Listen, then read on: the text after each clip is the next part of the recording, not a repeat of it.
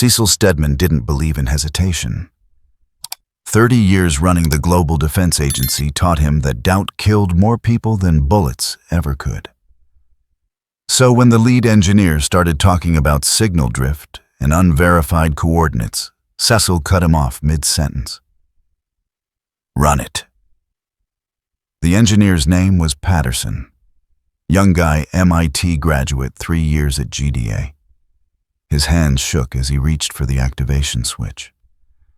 "Sir, the resonance pattern doesn't match any alternate Earth in Levy's database. It's pointing outside." "Outside what?" Patterson swallowed. "Outside the mapped routes. Angstrom's equipment was designed for parallel dimensional travel. This signal isn't parallel. It's perpendicular." Cecil stared at the machine occupying the center of the anvil room. They'd built it from salvaged components after Angstrom-Levy's last catastrophic failure reinforced the containment protocols, added 3 redundant shutdown systems. The counter-anchor prototype was supposed to create a defensive barrier against Viltrumite incursions, close dimensional gates before they opened. Simple concept, messy execution. Will it work or won't it? "I don't know what it'll do," Patterson said. "The carrier wave we're detecting isn't responding like dimensional coordinates. It's more like..." He stopped. "Like what?" "Like it's responding to us detecting it." The room held 17 people. 11 engineers, 4 security personnel, Cecil and Mark Grayson leaning against the observation window with his arms crossed. The kid looked tired. Everyone looked tired these days. Earth hadn't finished cleaning up after the last Viltrumite incident. Nolan's betrayal left craters that went deeper than concrete and steel. Cecil turned to Mark. "You feel anything?" Mark pushed off the window. "Like what?" "Dimensional instability, spatial warping. Whatever it is you people feel." "I'm not a sensor array, Cecil. You're the closest thing we have to one." Cecil gestured at the machine. "That thing activates, and something comes through that we can't handle. You're our first line." Mark's jaw tightened, but he nodded. He moved closer to the containment field, and Cecil noted the way the kid's shoulders tensed. Good instincts. Terrible poker face. "Activation in 60 seconds, Patterson announced. His voice cracked slightly on the word activation. The machine didn't look impressive. Most doomsday devices didn't. Just a ring of quantum processors surrounding a vertical column of suspended magnetic coils. The real innovation was in the phase-matching algorithms, the ability to detect dimensional signatures and generate exact opposite frequencies. In theory, it would slam shut any portal before it stabilized. In theory. 30 seconds. Cecil watched the readouts. Energy levels climbing smoothly. No anomalies in the containment field. Everything running clean. 15 seconds. Mark shifted his weight. "Cecil, the air feels wrong." "Wrong how?" "I don't know, just wrong." 10 seconds. "Abort," Cecil said. Patterson's hand froze over the control panel. "Sir, abort the sequence. We're at terminal commitment. Shutting down now could cause a feedback cascade." Cecil looked at Mark. The kid's face had gone pale, eyes fixed on the machine. Not the scared pale of someone facing danger.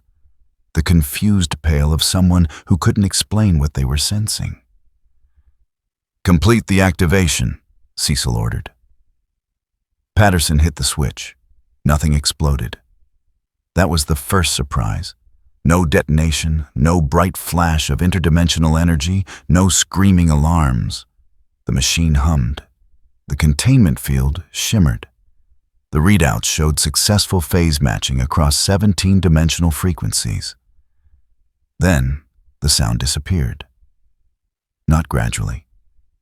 Not like someone turning down volume. Every noise in the room simply stopped existing. Patterson's mouth moved, but produced nothing. A dropped wrench hit the floor in perfect silence.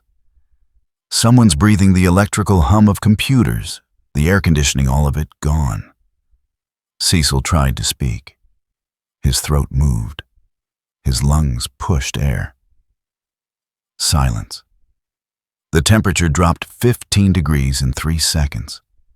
Mark grabbed Cecil's shoulder and pointed at the observation monitors. The external cameras showed corridor lights flickering in synchronized patterns. Not random electrical failure, deliberate, sequential, like something was testing the connection between each bulb. Then sound returned, all at once. A wall of noise so sudden that 2 engineers dropped to their knees, covering their ears. "Shutdown unsuccessful," Patterson shouted over the chaos. "The device won't respond to manual override." "Cut primary power." "Already did. It's still active." Cecil moved to the control station. The readings made no sense. The machine was drawing power from nowhere, maintaining stable operation on what the sensors registered as 0 input. Impossible, except it was happening. "Sir?" One of the younger engineers pointed at her monitor with a shaking hand. "The carrier signal. It's not outbound anymore." "Explain." "When we activated, we sent a probe pulse looking for dimensional anchor points." Something answered. "The data stream is coming back toward us." "Shut it down." "I can't. The protocol is automated. Once it receives a response, it establishes a full handshake connection." "Break the connection." "There's nothing to break. The signal isn't using any physical medium. It's propagating through the electrical grid." She pulled up a map of the facility. Red dots appeared on the schematic, spreading like infection from room to room. "It's in the lights, the computers, anything with a current running through it." Cecil grabbed his radio. "Security Institute facility-wide lockdown. No one enters or leaves until..." Static burst from the speaker. Not white noise. Something underneath it. Rhythmic. Almost like breathing. Mark stumbled backward. "Did you hear that?" "Hear what?" "Someone said my name." Cecil listened. Just static. "You're sure?" "I heard it." "Clear as day." Mark's hands clenched into fists. "It knew my name." Patterson was staring at his monitor screen with the fixed expression of someone watching their entire understanding of physics collapse. "The signal pattern," he whispered. "It's not random. It's structured. Like language. Can you translate it?" "It's already translating itself." Patterson turned the monitor so Cecil could see. Lines of code scrolled past, transforming in real time into English text. The same phrase repeating. "Gate open, unverified source." The lights in the anvil room began to flicker. Not the chaotic strobing from before. A steady pulse. On, off, like a heartbeat. Cecil pulled his sidearm. Useless gesture against an enemy that existed as electrical current. But old habits died hard. "Everyone out," he ordered. "Evacuate to surface level and await." The overhead lights went dark. Emergency battery backups kicked in, bathing the room in red. In that crimson glow, Cecil saw the monitors displaying the same message, every screen in perfect synchronization. "Gate open. Unverified source, gate open, unverified source, gate open, unverified source." Then the screens went black, all of them. Complete system failure across every connected device. 3 seconds of darkness. 3 seconds of holding breath and gripping weapons and trying not to think about what might be standing next to you in the blackness. The lights returned. Normal fluorescent white. Everything looked exactly as it had before. The machine hummed quietly in its containment field.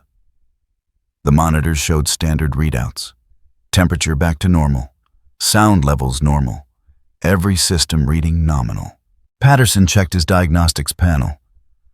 Power draw returning to baseline. Signal traffic normalized. Whatever happened, it stopped. Run a full diagnostic. Check every... Cecil's radio crackled. Sir, we're getting reports from topside. Chicago PD is requesting support for multiple violent incidents in the downtown area. Cleveland reports similar. New York, Los Angeles, all within the last 4 minutes. What kind of incidents? Civilians attacking each other. No apparent provocation. It's like they just snapped. Cecil looked at the machine. Still humming. Still active. Still drawing power from nothing. Mark was staring at the observation window. His reflection stared back, but something in the kid's eyes had changed. Not possession. Not mind control. Just the look of someone who'd felt something brush against his thoughts and couldn't forget the sensation. We need to shut this down, Mark said quietly. Agreed.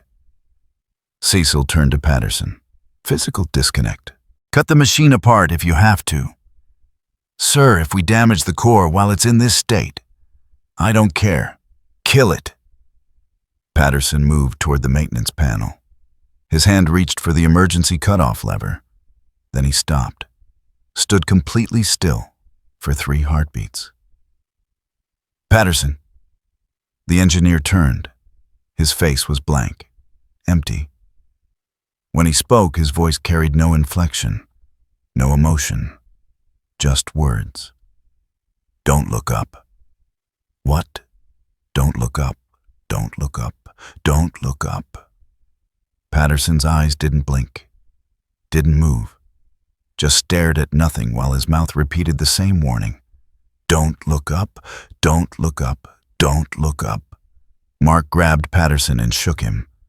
The engineer's head lolled, but the words kept coming quieter now, almost a whisper. He's in shock, one of the other engineers said. We need medical. She stopped mid-sentence. Her expression went slack. When she spoke, it was in the same flat monotone. The door is open. The door is open. The door is... Another engineer. Same vacant stare. Can you hear it? Can you hear it breathing? Then another. It knows your name. It knows your name. It knows... Mark pulled Cecil toward the exit. We're leaving. Now. 4 more engineers stood motionless, mouths moving in silent recitation of words that came from somewhere else. The security personnel backed against the walls, weapons drawn, but no target to shoot. Cecil hit the emergency lockdown override. The reinforced doors slammed shut, sealing the anvil room. Through the observation window, he watched Patterson and the others standing in perfect stillness, lips moving in synchronized rhythm. Get me a medical team, Cecil ordered into his radio. Full hazmat protocols. No one touches those people without... Every light in the corridor died. Emergency systems failed. Backup generators failed. The entire facility plunged into absolute darkness. In that darkness, Cecil heard breathing. Not his own, not Mark's. Something else. Something close enough that he could feel the displacement of air. The lights returned. The corridor was empty except for Cecil and Mark. The observation windows showed the anvil room exactly as they'd left it. Engineers standing motionless, machines still humming. But on every monitor, every screen, every display panel throughout the facility, the same message pulsed in steady rhythm. Gate open, unverified source. And underneath it, in smaller text that hadn't been there before, a single word that Cecil's training told him was impossible, that his instincts told him was absolutely real. Listening. Mark's radio crackled. Eve's voice strained and urgent. Mark, if you can hear this, we're getting reports from every major city. Something's happening. People are... The transmission cut to static, then silence, then a sound that might have been laughter, or might have been screaming, or might have been something that didn't have a name in any human language. Cecil looked at the machine, at the monitors, at the empty corridor that suddenly felt too long and too dark and too full of spaces where something could be standing just outside his peripheral vision. "What did we do?" Mark asked. Cecil didn't answer. He was too busy counting the seconds until the next system failure, the next blackout, the next moment, when something that shouldn't exist would prove that it did. Above them, threaded through copper wire and fiber optic cable, and the electrical grid of an entire planet, something vast and patient and hungry had found a door. And Cecil Stedman, who didn't believe in hesitation, realized he'd just opened it. The quarantine zone stretched 4 blocks in every direction.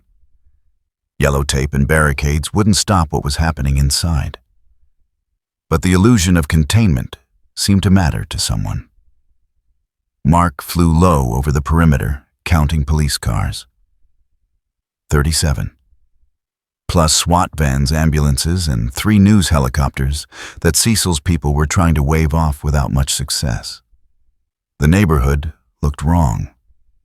Not destroyed, not damaged, just wrong. Like someone had painted the whole area in colors that didn't quite match reality. The sky above the contaminated blocks had a greenish tint that Mark's eyes insisted wasn't actually there.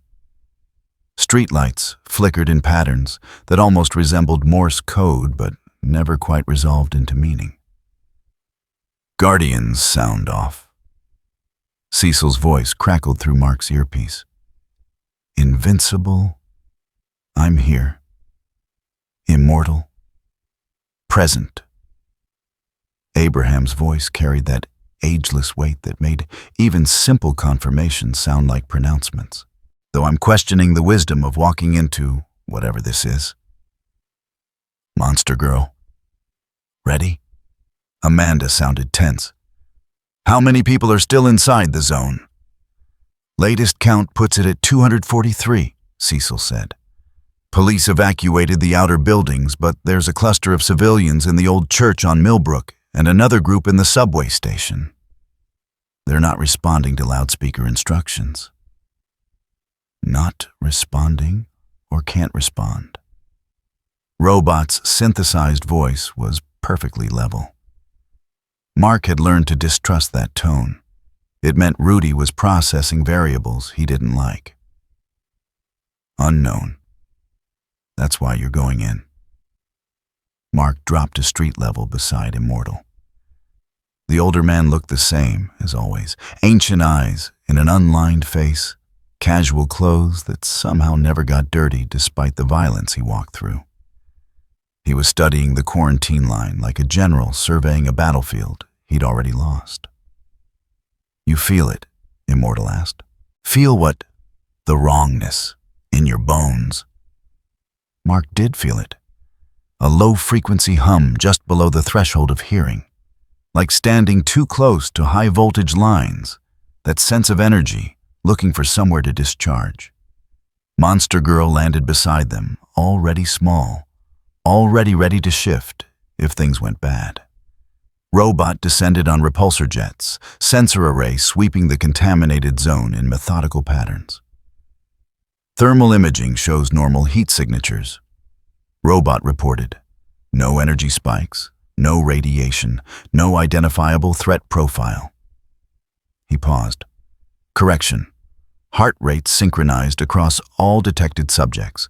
Variance less than 0.3 beats per minute. Respiration identical. That level of biological coordination shouldn't occur naturally. "Meaning what?" Amanda asked.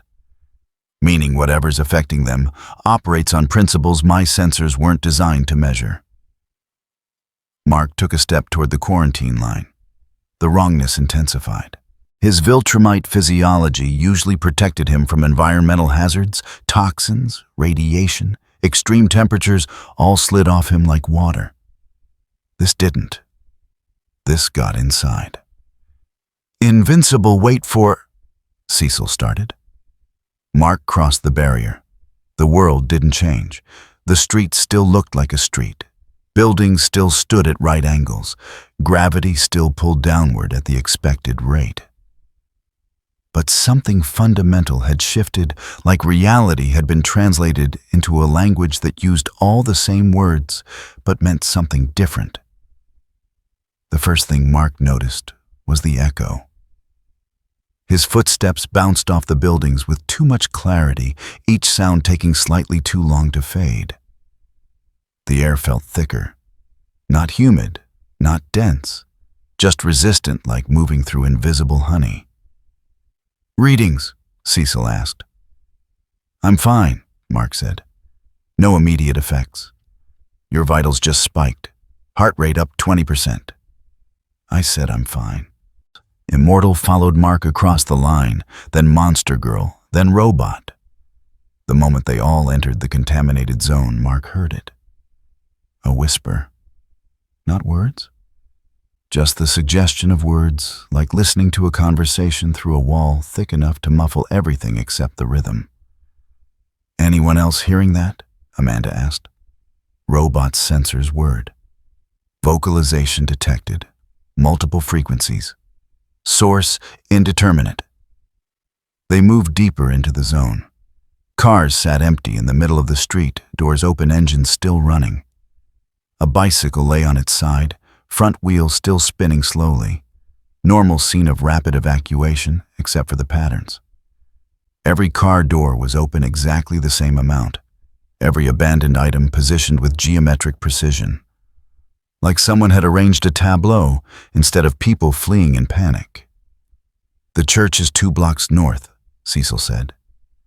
Police reported approximately 60 people gathered there, non-responsive to external communication. Mark picked up speed. The others followed. The whisper grew louder as they approached Millbrook Street, still not resolving into actual words, but gaining texture. Layers. Like multiple voices speaking in imperfect unison. The church was old, probably 100 years brick and timber construction, with a bell tower that leaned slightly to the left. The front door stood open.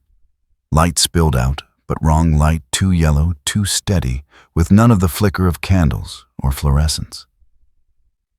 Mark reached the entrance first, stopped, stared.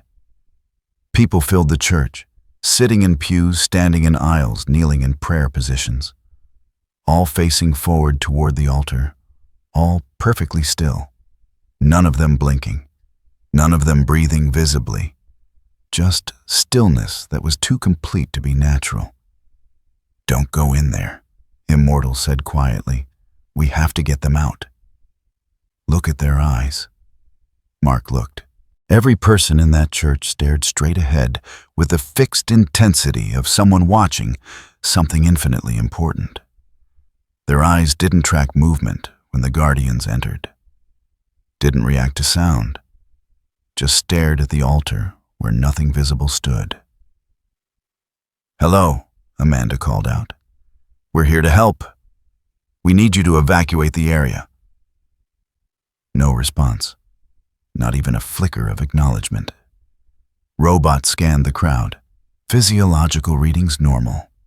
Breathing heartbeats, neural activity present. Conscious and healthy, simply non-responsive. "Or can't respond," Mark said. He approached the nearest person, a woman in her 40s wearing a business suit. She didn't look at him, didn't blink when he waved a hand in front of her face. Just kept staring forward with that terrible focus. "Ma'am, I need you to—" The woman's mouth opened. No sound came out at first, just lips forming shapes. Then barely above a whisper, "Don't look up." Mark froze. "What? Don't look up, don't look up, don't look up." The same flat monotone Patterson had used in the anvil room. The same empty delivery. Don't look up. Don't. Another voice joined in. A man 3 rows back. The door is open. The door is open. The door is... Then another. A teenage boy. Can you hear it breathing?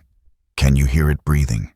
More voices, overlapping, building into a chorus of fragmented warnings and nonsense phrases, all delivered in that same effectless drone. We're leaving, Immortal said. Now. We can't just abandon them, Mark said. We're not equipped for this. Whatever's happening here, it's not something we can punch. A new voice cut through the chorus. A child's voice, but lower, layered with something underneath. You already opened it. Now you carry it. Mark felt ice in his spine. That wasn't one of the old phrases. That was new. The child continued, eyes still fixed forward.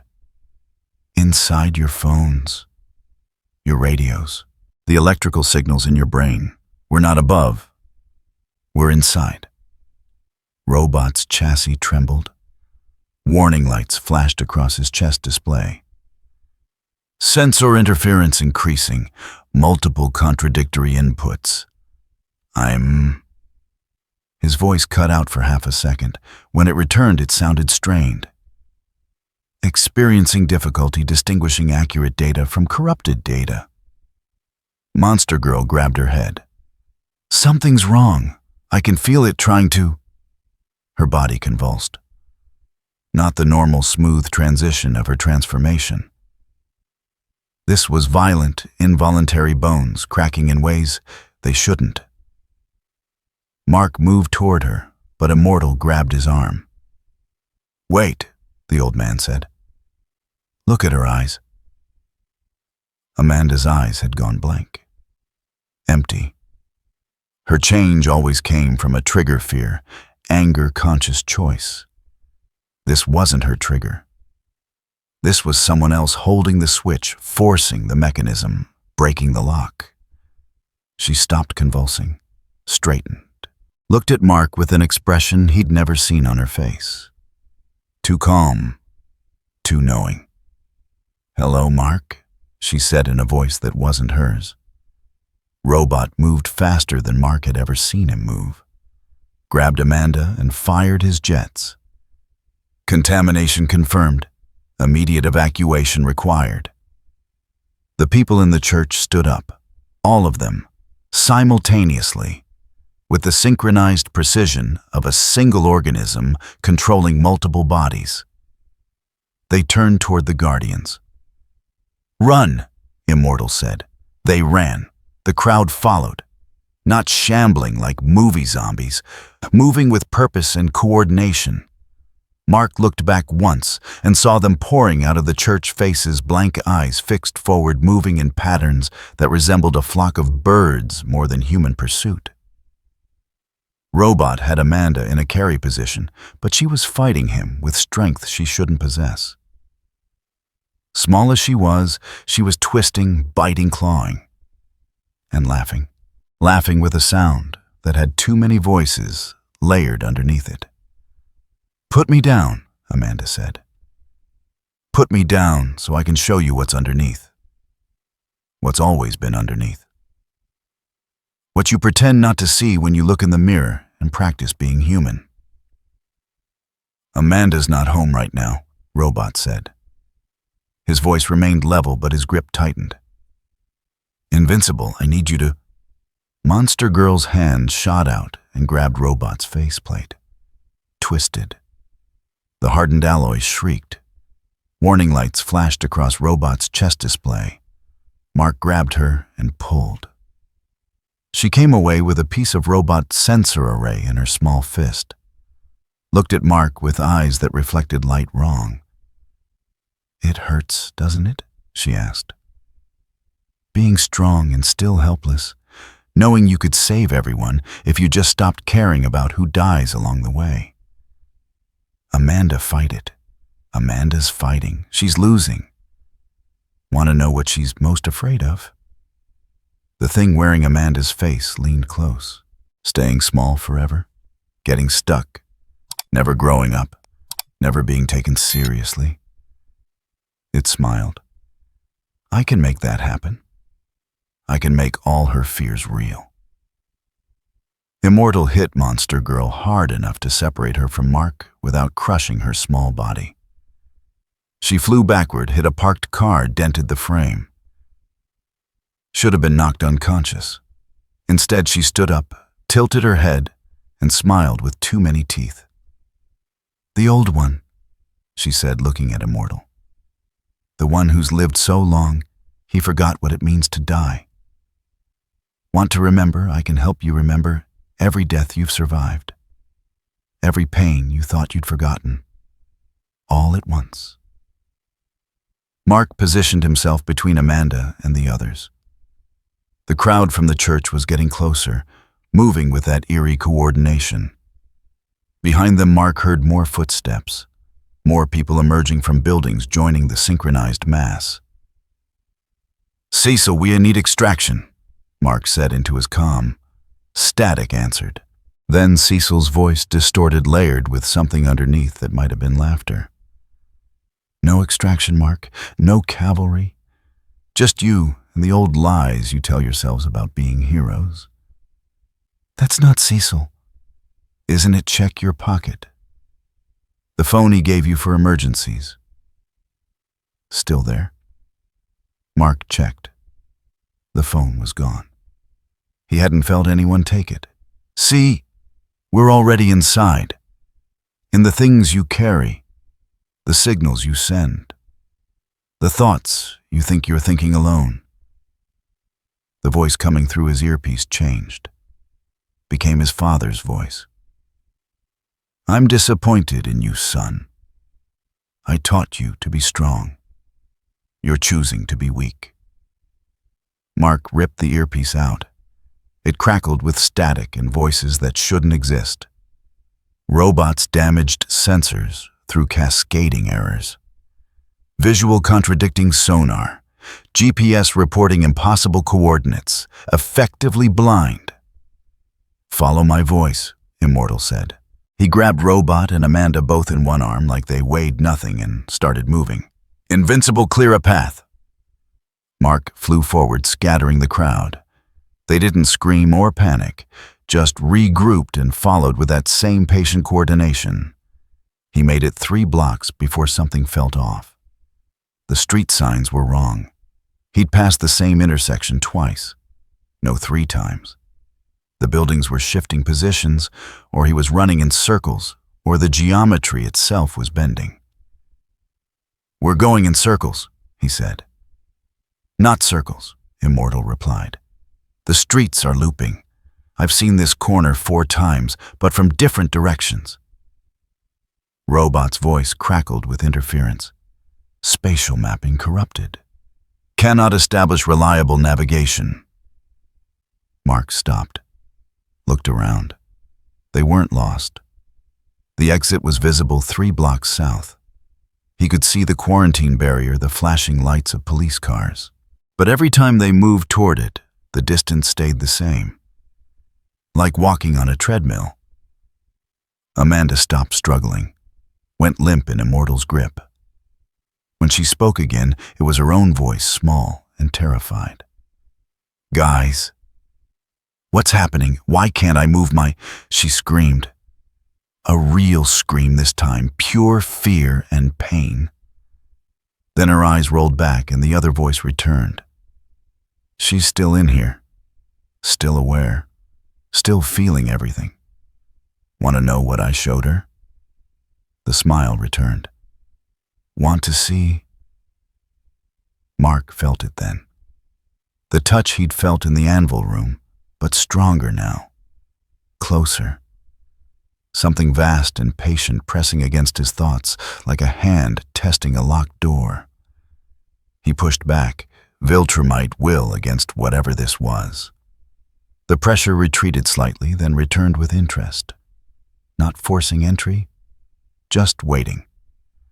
Letting Mark feel how much effort it took to keep it out. Showing him that eventually he'd get tired.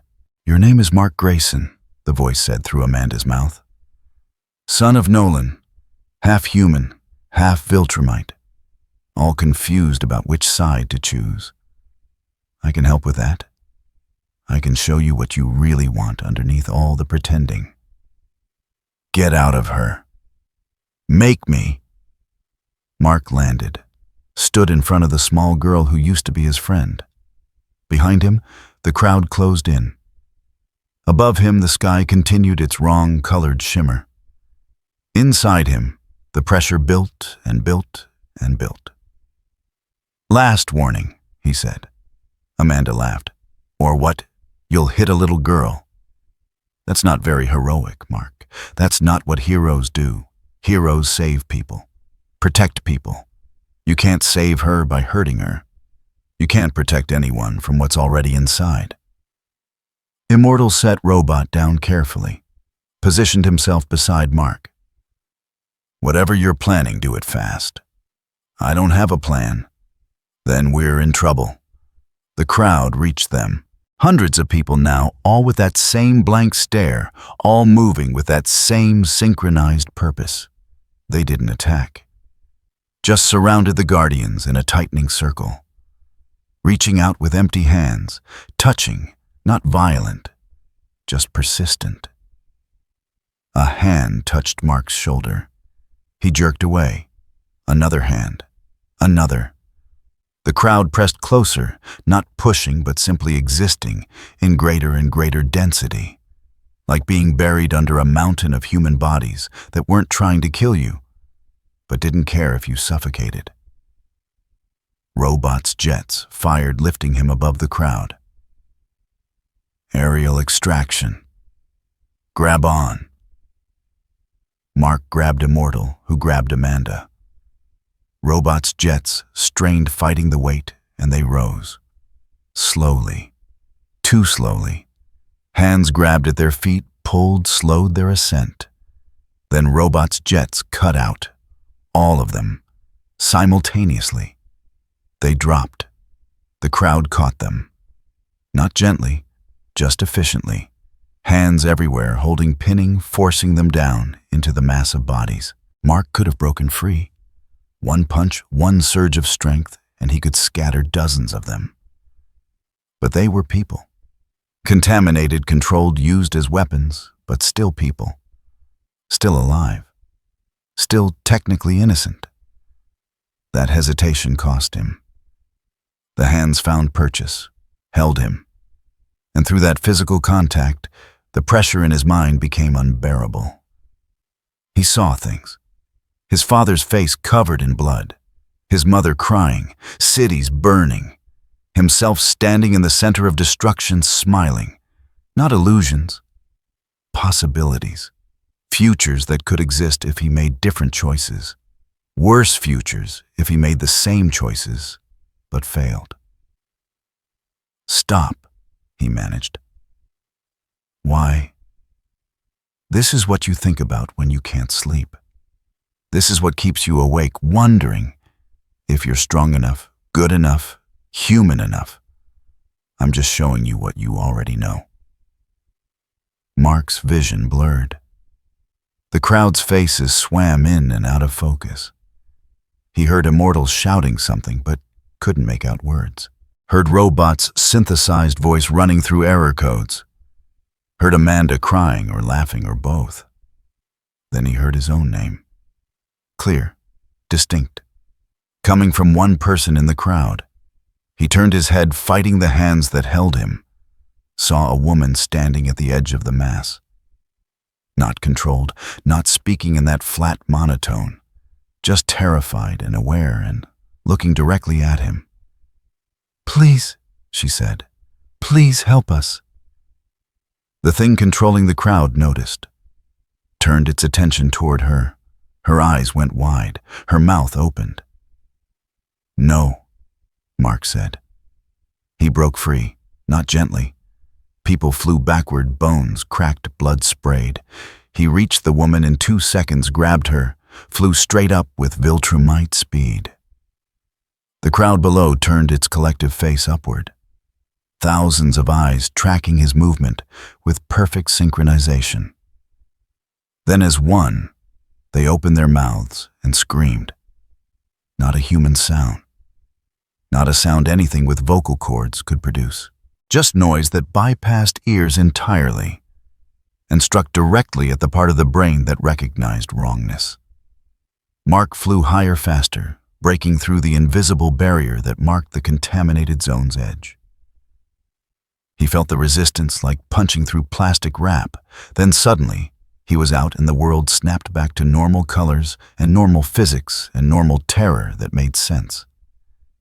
He landed outside the quarantine line, set the woman down. She collapsed immediately, sobbing, shaking, unable to form words. Behind him, Immortal and Robot broke through the barrier carrying Amanda. She was unconscious now, small body, limp face, peaceful.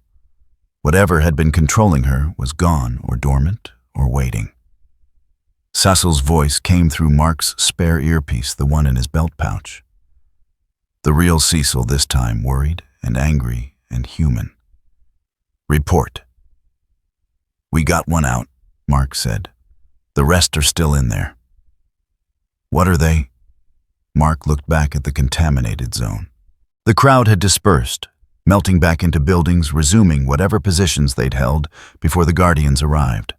The church stood quiet. The streets lay empty. Everything looked normal again. "I don't know," he said. "But it knows us, knows our names, knows what we're afraid of.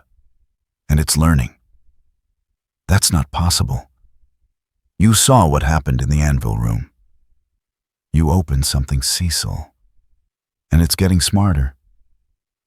Static crackled. Then a voice that was almost Cecil's, but not quite.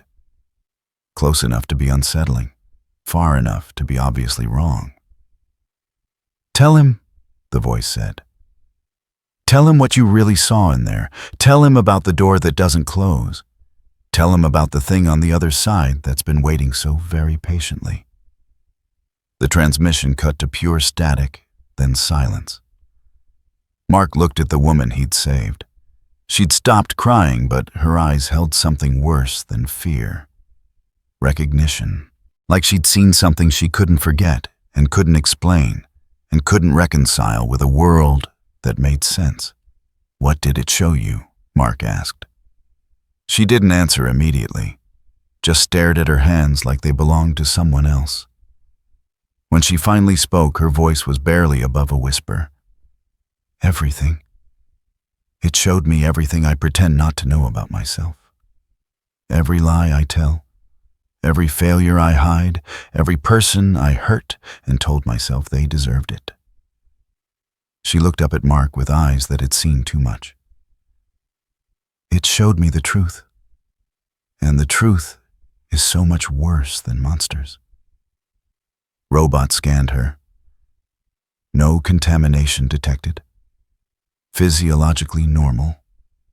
Psychologically traumatized, but coherent. "Get her to medical," Cecil ordered through the comm. "And get yourselves out of there. We're escalating containment protocols." Mark didn't move. He was watching the contaminated zone, waiting for the crowd to emerge again. Waiting for the attack that would make sense of this chaos. It didn't come. The zone just sat there, quiet and patient and wrong. "It's not attacking," Mark said. "It's waiting." "For what?" Immortal asked. Mark thought about the pressure in his mind, the voice that knew his name, the doors that wouldn't close, and the thing on the other side that had been so patient for so long. "For us to realize we already lost," he said. Above the contaminated zone, invisible to normal eyes but clear to Mark's enhanced vision, the sky continued its subtle shimmer. Like reality was a surface tension about to break. And somewhere in the electrical grid, in the signals, and the silence and the spaces between thoughts, something vast and hungry settled in to wait. It had time. It had all the time in the world. Mark stood in the GDA medical wing, watching Amanda sleep. The doctor said she was fine, brain activity normal. No foreign substances detected, no lasting physical damage. They were lying, or they were wrong. Mark had seen what climbed into her warn her like a suit spoken through her mouth, with voices that shouldn't exist. "She'll wake up soon," the doctor said. Young woman, tired eyes, white coat that had seen too many emergency shifts. When she does, she might not remember what happened. Trauma does that sometimes. "She'll remember," Mark said. "How can you be sure?" Because the thing inside her had made sure she felt everything, had kept her conscious and aware while it puppeted her body, had shown her things about herself that no one should have to see. Mark didn't say any of that, just kept watching his friend's chest rise and fall, with breathing that looked too steady to be real. Cecil found him 20 minutes later. The old man looked worse than usual, which was saying something. New lines around his eyes. Hands that moved just slightly too fast when he reached for his coffee cup. "We need to talk," Cecil said. "About what?" "About the fact that you broke 17 people's bones, getting one civilian out of that zone." Mark turned. "They were trying to kill us. They were being controlled. There's a difference." "Is there?" Cecil studied him for a long moment. "Yes, and if you stop believing that we're all in trouble." Mark looked back at Amanda. "How many people are still contaminated?" 237. The woman you saved brings us to 6 successful extractions total. GDA teams have been working since dawn. Success rate is hovering around 2%. Why so low? Because the moment we get close, the contaminated ones attack. Not like before when they just stood there. Now they fight, coordinated, efficient, using tactics they shouldn't know. Cecil pulled up a tablet, showed Mark footage. "This is from 40 minutes ago, Cleveland zone." The video showed a GDA strike team approaching a contaminated building. Standard breach protocol flashbangs and smoke textbook execution. Then the contaminated civilians emerged. Not running, not panicking, moving in formation, flanking, using cover. One of them grabbed a downed officer's sidearm and fired with accuracy that suggested training. "That was a librarian," Cecil said. 43 years old, no military background, barely knew which end of a gun to hold. But whatever's controlling her knew exactly how to execute a magazine change under fire. Mark watched the footage play out. The strike team retreated, 3 casualties, 0 extractions. "It's learning from us," he said, "faster than we can adapt. Every tactic we try it counters within the hour. Gas doesn't work because it just moves the contaminated out of the affected area. Tasers don't work because it doesn't care about pain. Rubber bullets, sonic weapons, even sedative darts, nothing sticks." Cecil turned off the tablet. "We're running out of options that don't involve lethal force. You can't kill them. I don't want to. But if this spreads beyond the quarantine zones, it won't." "How do you know?" Mark didn't know. He just needed to believe it, because the alternative was thinking about what 237 people could do to a city if they all moved with that same synchronized precision. What 2,000 could do. What 2 million could do. "The machine," Mark said. "Can we reverse it? Close what we opened? Robots working on it. Says the problem is we don't know what we opened. Angstrom's equipment was designed for dimensional travel between parallel Earths. This isn't that. The carrier signal isn't pointing at another universe. It's pointing..." Cecil trailed off. "Where? Everywhere. Nowhere. Robot keeps saying it's like the signal exists in a space that intersects with our reality, but isn't part of it. Like asking which direction is purple." Mark's earpiece crackled. Invincible, this is dispatch. We've got a situation developing. Contaminated subjects breaching quarantine zone, Charlie. Civilian casualties reported. Cecil was already moving. Which zone? The subway station. They're in the tunnels. Mark flew before Cecil finished giving orders. The city blurred beneath him, buildings and streets, and people who didn't know their world was tearing apart at the seams. He reached the subway entrance in 30 seconds. Police had established a perimeter, but they were falling back, faces pale, weapons drawn, but not firing.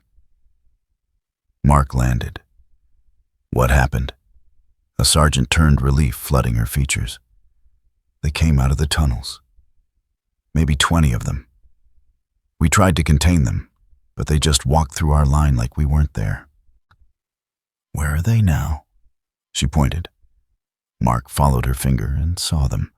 A group of civilians, maybe 25, walking down the middle of the street. Not running, not hurrying, just walking with that same synchronized stride he'd seen in the church. Cars stopped. People screamed and scattered. The contaminated ignored it all.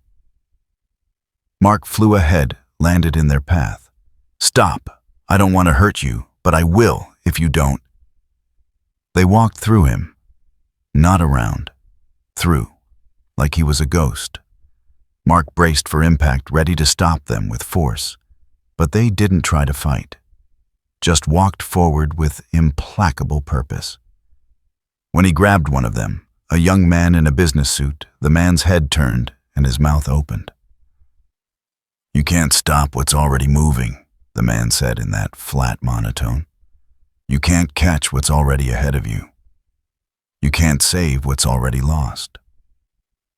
Mark lifted the man off his feet. Where are you going? Where we're told. Where we're needed. Where the door opened widest. What door? The man's eyes focused on Mark for the first time. Really focused. Like the thing controlling him was looking directly at Mark through borrowed pupils. The one you'll open next, it said. Then the man went limp, dead weight in Mark's arms. Mark set him down carefully, checked for a pulse. Still alive, still breathing. But unconscious now, like someone had flipped a switch. The others kept walking. Mark moved to stop them, but his earpiece crackled again. Invincible, we've got multiple breaches. Zone Alpha, Beta, and Charlie, all reporting contaminated subjects leaving containment. They're spreading out through the city. How many? Current count is 67 individuals, moving in groups of 5 to 10, coordinated dispersal pattern. Cecil's voice cut in. Mark, listen to me. We need you to track them. Don't engage unless absolutely necessary. We need to know where they're going. Mark watched the group in front of him split up. 5 went east, 5 went west. The rest continued north, all moving with that same steady purpose. They're separating, Mark reported. I know. Every group is heading toward a different location. We're trying to identify the targets. Mark followed the northern group. They walked for 6 blocks, ignoring traffic, ignoring shouting police, ignoring everything except their destination. When they reached it, Mark understood. An apartment building, old, cheap. The kind of place where people lived when they couldn't afford better. The contaminated walked inside. Mark followed. They climbed stairs. Mark's enhanced hearing picked up sounds from other floors, crying babies, shouting couples, television noise, normal life. The group stopped at the 3rd floor, knocked on a door, polite, patient, waiting. The door opened. A woman in her 60s, confusion on her face. Can I help you? The contaminated didn't answer, just stood there, staring. 5 sets of eyes fixed on her with that terrible focus. The woman's expression changed. Confusion became fear. Fear became something else. Recognition. Like she was seeing something behind their eyes that she couldn't name but couldn't deny. "No," she whispered. "No, please." She started screaming, not in pain, in terror, pure existential horror at something Mark couldn't see. She backed away from the door, still screaming, hands clawing at her own face like she was trying to tear away what she was seeing. Mark moved, grabbed the woman, pulled her away from the contaminated group. They didn't try to stop him, just watched as he carried her down the hall, still screaming, still clawing. Other doors opened. Neighbors emerged to see what the noise was about. The contaminated turned their collective attention to the new faces. It spread like wildfire. One by one, the neighbors stopped asking questions, stopped moving, stopped being themselves. Their eyes went blank, their breathing synchronized. When they spoke, it was in that same flat monotone. "No," Mark said. "No, no, no." He couldn't stop it, couldn't punch it, couldn't grab it. The contamination spread through eye contact, through proximity, through some mechanism he couldn't see or fight. He watched a young mother hand her baby to her husband, then turn and walk toward the contaminated group with vacant eyes. Watched the husband try to stop her, then freeze as the blankness took him too. The baby started crying. No one comforted it. Mark grabbed the infant, flew out of the building, landed on the street. The baby screamed in his arms, face red, completely uncontaminated. Behind him, more people emerged from the apartment building. 20, 30, all with that same synchronized walk. "Cecil," Mark said into his comm, "we've got a problem. It's spreading through direct contact, visual contact, I don't know. But it's accelerating. All teams report the same pattern. The contaminated are seeking out population centers, targeting residential buildings, schools, anywhere with high civilian density. We have to evacuate. We're trying. But Mark, you need to understand something. If this spreads to even 5% of the city's population, we're looking at over 200,000 contaminated individuals, all coordinated, all acting with unified purpose. That's not an outbreak. That's an army." The woman Mark had rescued was still screaming. He set the baby down carefully in a police cruiser, turned back to the woman. Her eyes were wild pupils, dilated breath coming in ragged gasps. "What did you see?" Mark asked. She couldn't answer, just kept screaming and clawing and screaming.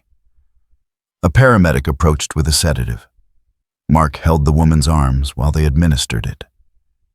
She fought even as the drug took hold, fought until unconsciousness claimed her and her screaming finally stopped.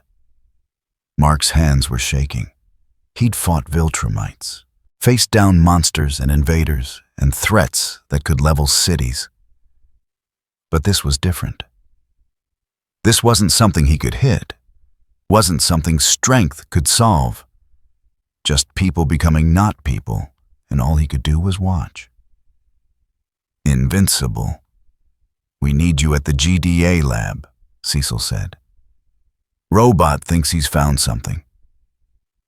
Mark flew. The city spread beneath him, and he could see the contamination spreading too. Little pockets of synchronized movement. Groups gathering. People walking with purpose toward destinations he couldn't predict. The lab was chaos. Technicians running between terminals shouting data, trying to model the spread pattern. Robot stood in the center of it all, multiple displays surrounding him, processing information faster than any human could follow. "The carrier signal," Robot said without preamble. "It's not just one signal. It's a network. Every contaminated individual becomes a node transmitting to nearby uncontaminated individuals. The more nodes, the stronger the network. The stronger the network, the faster the spread. How do we stop it? We don't. Not with current methodology. The network is too distributed, too adaptive. Every time we shut down one node, the others compensate. Robot pulled up a city map covered in red dots. This is the current contamination pattern.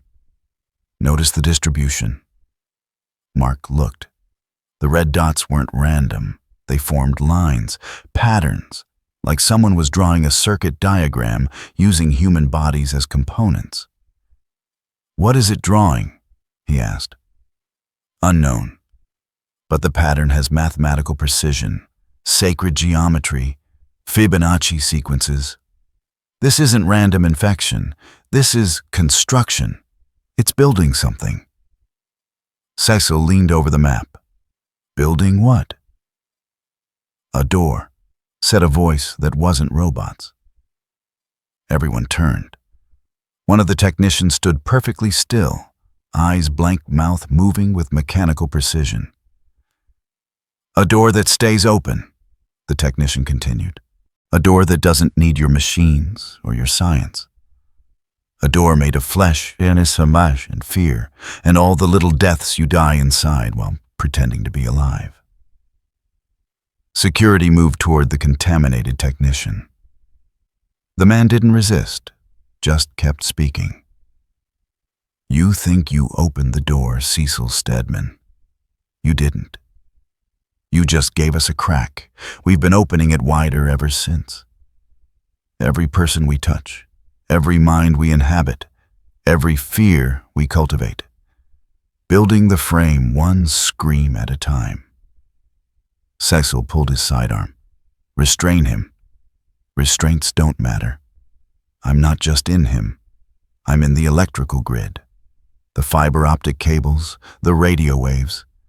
Every signal you send, I ride along. Every byte of data, I corrupt. You can't quarantine what's already everywhere." The technician smiled. It was the worst smile Mark had ever seen. Human lips curving in an expression that contained no humanity at all. "Watch me," it said. Every screen in the lab went dark. Then they lit up again, all showing the same thing. Live feeds from across the city. Hundreds of contaminated individuals, all stopping simultaneously. All turning to face the nearest camera. All opening their mouths in perfect synchronization and speaking with one voice. "We are the door. We are the frame. We are the threshold between what you are and what you fear you might become. And we are opening wider." The screens went dark again. The technician collapsed.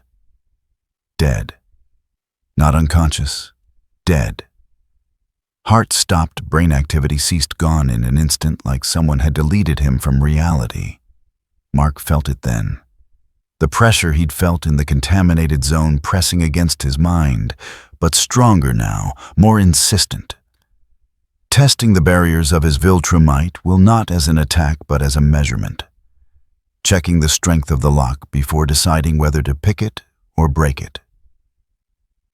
"Everyone out," Cecil ordered. "Evacuate the lab, now." They evacuated. Mark was the last to leave, making sure everyone got clear. As he flew out of the building, he looked back and saw the lights flickering. Not random. Spelling words in Morse code. WAITING. His comm crackled. Cecil's voice urgent. "Mark, we've got a problem. The contamination just jumped to a new vector. It's not just proximity anymore. It's spreading through." Static cut him off. When the transmission cleared, it was Cecil's voice, but wrong. Too smooth. Too calm. "Through communication," the voice said. "Through every word you speak, every byte of data you transmit, every thought you share across the network. We don't need to touch you, Mark. We just need you to listen. Mark ripped out his earpiece, crushed it. But the voice continued coming from his spare, from his emergency backup, from every communication device within 100 feet. You can't unhear what you've already heard, it said. Can't unthink what you've already thought. Can't unknow what you now know about the door that opened and the thing that's been waiting on the other side. Mark flew higher, trying to outpace the signal. But it followed him through every radio tower, every cell signal, every Wi-Fi network. The whole city was infected with it now. Not people. Infrastructure. The invisible networks that held modern civilization together. He landed on a rooftop, trying to think.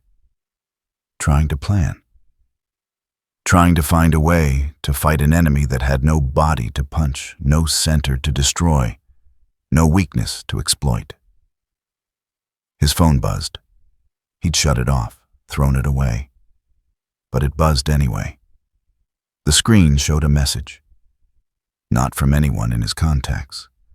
Just text appearing character by character, like someone typing in real time. Hello, Mark. We should talk about your father, about what he did, about what you're going to do. Mark crushed the phone. The screen shattered, but kept glowing, kept displaying text. You can break the messenger. Can't break the message. We're inside now, in the signals, in the silence between words, in the space where you keep the thoughts you won't speak aloud. The phone went dark. Mark stood alone on the rooftop, wind whipping around him, city sprawling below. Somewhere down there, hundreds of people were becoming something else.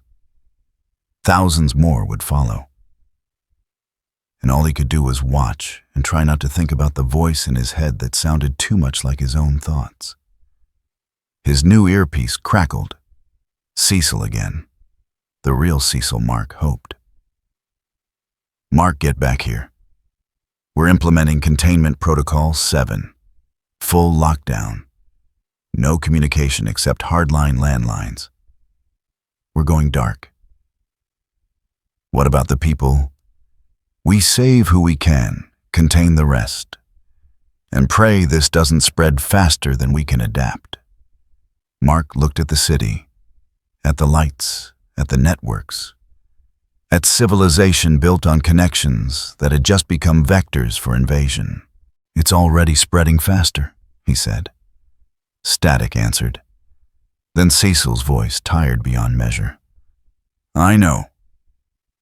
Mark flew back to GDA headquarters. Behind him across the city, lights flickered in synchronized patterns. Building words, building thoughts, building a door that didn't need hinges or frames. Just fear and flesh and the small spaces where humanity hid from itself. The door was opening wider, and Mark was starting to realize he couldn't close it by being strong. He'd have to be something else. Something he wasn't sure he knew how to be. The Viltrumite scout ship hung in high orbit, sleek and predatory, watching Earth turn beneath it like a cat observing a wounded bird. Inside, 3 Viltrumites reviewed surveillance data with the clinical detachment of surgeons examining a tumor.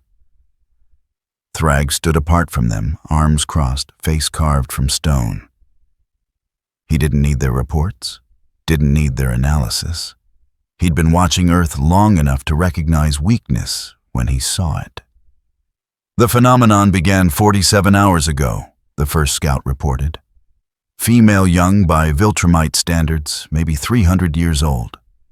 Lucan. Good bloodline, adequate warrior.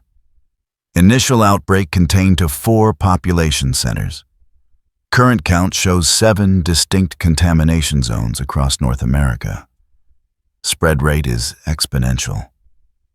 Human response? Thrag asked. Ineffective. They're trying to quarantine, but the infection vector keeps changing. Started as proximity-based. Now it's spreading through their communication networks. Some kind of signal transmission. Show me. Lucan pulled up footage. Humans stumbling through streets with blank faces, coordinated movement, synchronized speech. Thrag had seen mind control before Thraxan parasites. Flaxan neural dominators, even the Coalition's psychic enforcers. This looked different. Not crude puppetry, something more elegant, more complete. Analysis suggests non-biological agent, the second scout said. Older male scarred from the purge. Craig. No virus detected, no chemical contamination. The humans call it an interdimensional incursion. Thrag almost smiled. Almost. They opened something they couldn't close. Appears so. Their global defense agency activated experimental technology derived from captured multiversal transport equipment. The device was designed to create defensive barriers. Instead, it seems to have created an opening. For what? Craig hesitated. That hesitation told Thrag everything he needed to know. Whatever was infecting Earth, it made a veteran Viltrumite warrior uncomfortable. That was interesting.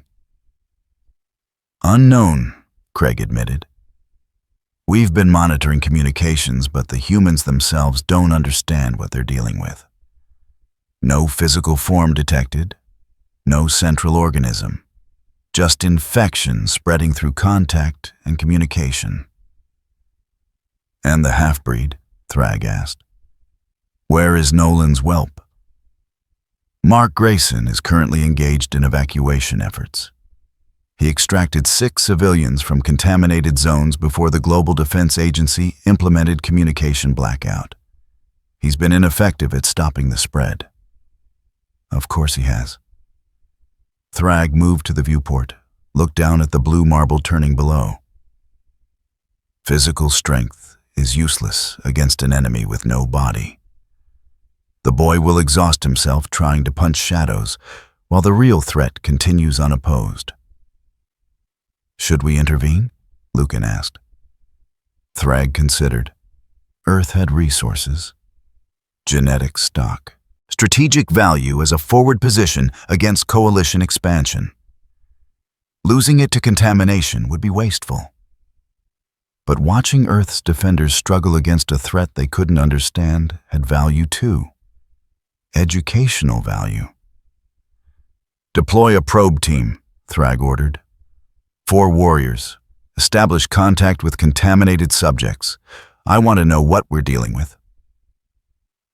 Sir, if the infection can transmit through contact, then the weak will be culled. Thrag turned from the viewport. Viltrumites who fall to human diseases don't deserve to wear the uniform. Go. They went. Thrag returned his attention to Earth.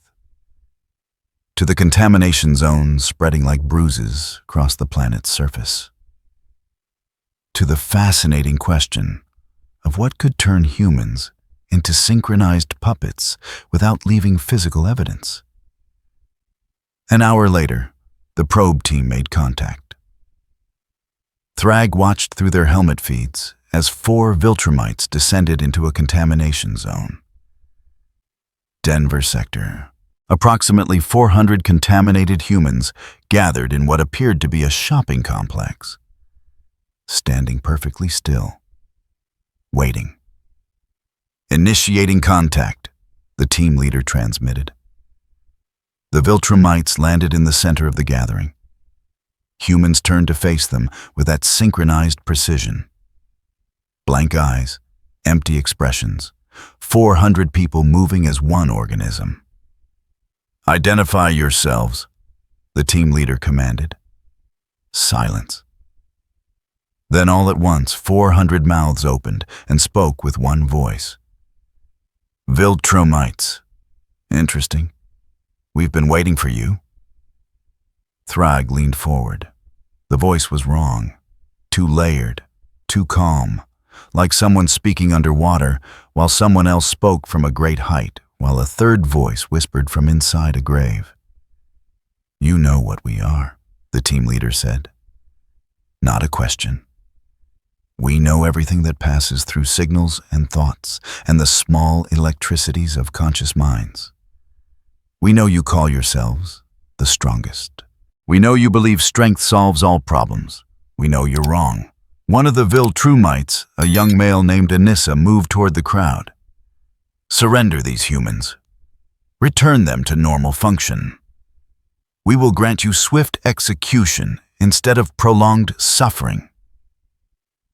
The crowd laughed, 400 throats making the same sound, not mocking, genuinely amused. You think we fear death? We are death. Not the ending kind, the transformation kind, the kind that turns what you are into what you were always going to become. Enough, the team leader said. He grabbed the nearest human, an elderly man, lifted him by the throat. Release this one, or I start killing them until you comply. The old man's mouth opened. Go ahead.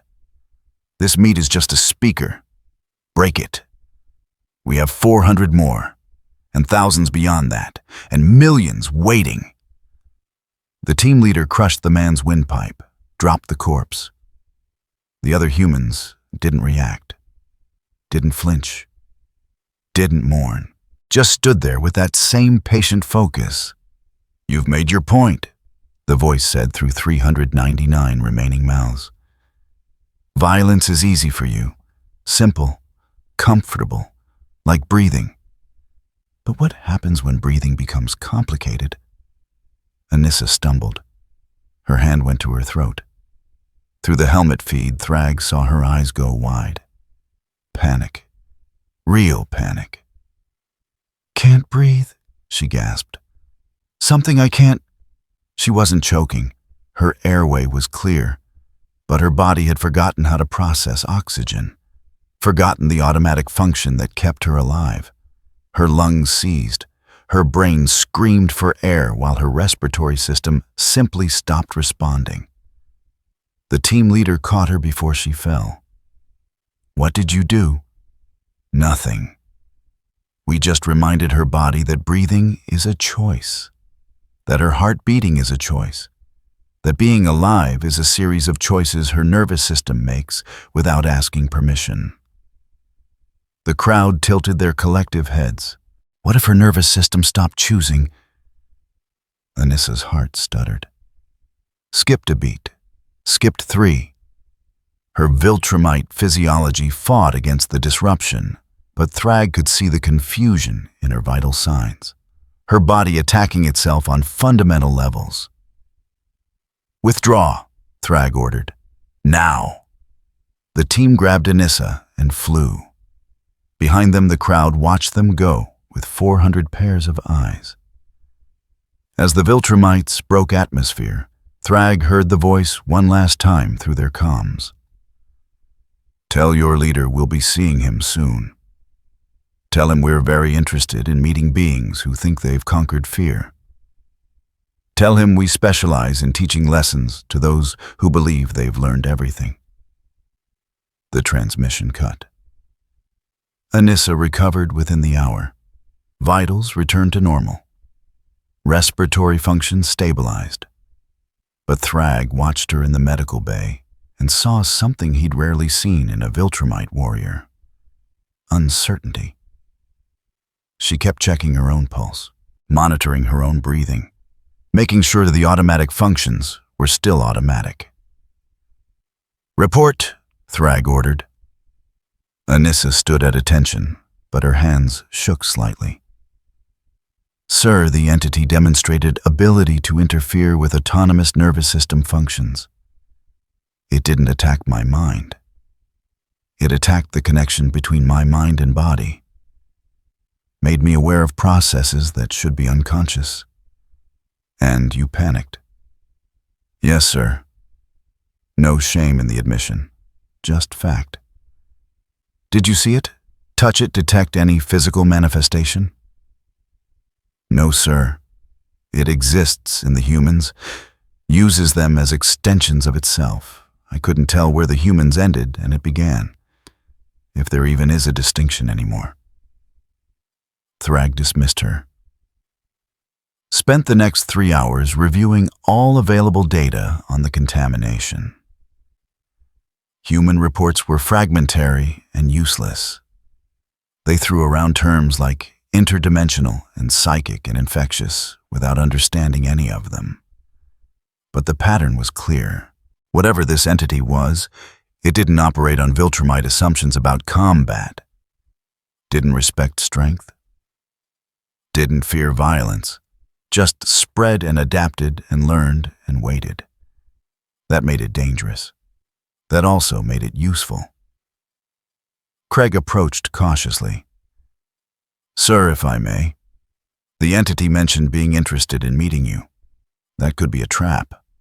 "Obviously." "Then we should withdraw. Let the humans deal with their own failure." Thrag looked at him. Craig was old enough to remember when Viltrumites numbered in the billions instead of dozens.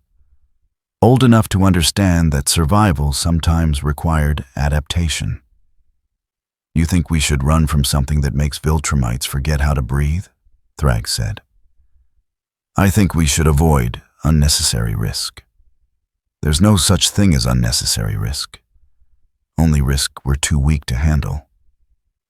Thrag pulled up the contamination map. 7 zones, growing.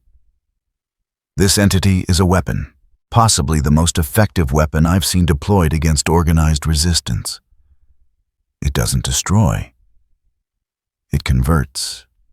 It doesn't kill, it co-ops. Every enemy becomes an asset. We can't control it. Not yet.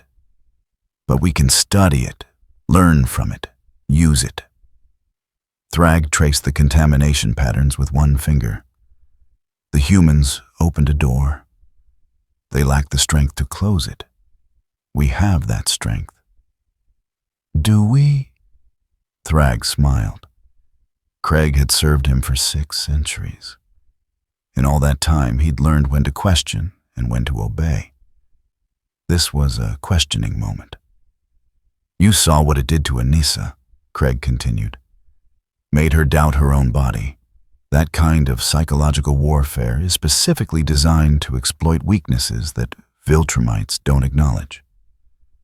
Our entire culture is built on certainty. Absolute confidence in our superiority. If that certainty cracks, then we become like them, like the humans, afraid and ineffective." Thrag turned from the viewport. "Which is why we'll use this. Not against ourselves, against them." "I don't follow." The entity spreads through fear and doubt, through the small uncertainties that humans spend their entire lives cultivating. But what happens when you introduce it to a species that doesn't cultivate doubt? That doesn't tolerate weakness, that identifies and eliminates psychological vulnerability as a matter of survival? Craig's expression shifted. Understanding dawning. "You want to weaponize it against coalition forces?" "I want to understand if it can be weaponized. The humans make perfect test subjects. They're already infected, already failing. We simply observe, catalog the mechanisms, identify the vectors. Then we modify it, make it selective, point it at our enemies instead of our assets. That's assuming we can control it. We control everything eventually. It's just a matter of applying sufficient force to the correct pressure points." Thrag pulled up personnel files. "Assemble a containment team, 12 warriors. Mix of combat specialists and scientists. We're going down there. Into the contamination zones. Into the heart of them. If this entity wants to meet me, I'll grant it that privilege. And while it's busy trying to make me forget how to breathe, our scientists will be taking samples, studying mechanisms, learning how to replicate the effect." Craig hesitated. "Sir, with respect, this could be exactly what it wants. Viltrumites entering the contamination zones, exposing ourselves to infection. We could be spreading it to our own forces. Then the weak will fall and the strong will adapt. Thrag's voice carried absolute certainty. That's how Viltrumites have survived every threat we've faced. Superior opponents, impossible odds, extinction-level catastrophes. We don't run, we don't hide. We evolve or we die. And we haven't died yet. The containment team assembled within 2 hours. 12 of the most disciplined warriors Thrag commanded. He briefed them personally. The entity uses psychological warfare, he told them. It will show you your fears, expose your doubts, make you question functions you've taken for granted since birth. Some of you will break. When you do, I will execute you myself. The rest will return with data we can use, questions. No one questioned. Viltrumites didn't ask for clarification when orders were clear. They descended toward Earth in tight formation. Mark Grayson's people tracked them on radar, sent transmissions demanding they withdraw. Thrag ignored them. The half-breed's authority meant nothing in territories that couldn't defend themselves. They landed in the largest contamination zone, Chicago's sector. 7,000 contaminated humans gathered in what used to be a sports stadium, standing in perfect geometric patterns, waiting. Thrag walked into the center of them. His warriors formed a perimeter, but he dismissed them with a gesture. This required a personal touch. I am Grand Regent Thrag, he announced, commander of the Viltrumite Empire. You expressed interest in meeting me. Here I am. The 7,000 mouths opened as one. We know who you are. Conqueror of planets, architect of the purge, builder of empire on foundations of blood and fear. You think you're strong because you've killed everyone who proved you wrong. Yes. The simple affirmation seemed to surprise the entity. The crowd shifted slightly. 7,000 bodies adjusting positions in synchronized precision. You don't deny it, the voice said. Why would I? I am strong. I have killed everyone who proved too weak to survive. That's not a character flaw. It's natural selection. And fear you claim to have conquered it. I've never been afraid of anything worth fearing. Death is transformation, pain is education, failure is data. None of those things frighten me. The crowd moved closer, not threatening, curious. 7,000 people examining Thrag like he was a specimen under glass. Interesting, the voice said. You've armored yourself in certainty so complete it's become a kind of madness. You've killed the part of your brain that questions, the part that doubts, the part that says, maybe I'm wrong about this. That part was weakness. I excised it, along with empathy, compassion, the ability to imagine yourself as anything other than apex predator. Yes. Silence. Thrag could feel the entity probing, testing, looking for cracks in his psychological armor. Finding none, not because there were no cracks, every consciousness had vulnerabilities, but because Thrag had systematically identified and cauterized every vulnerability he'd ever discovered in himself.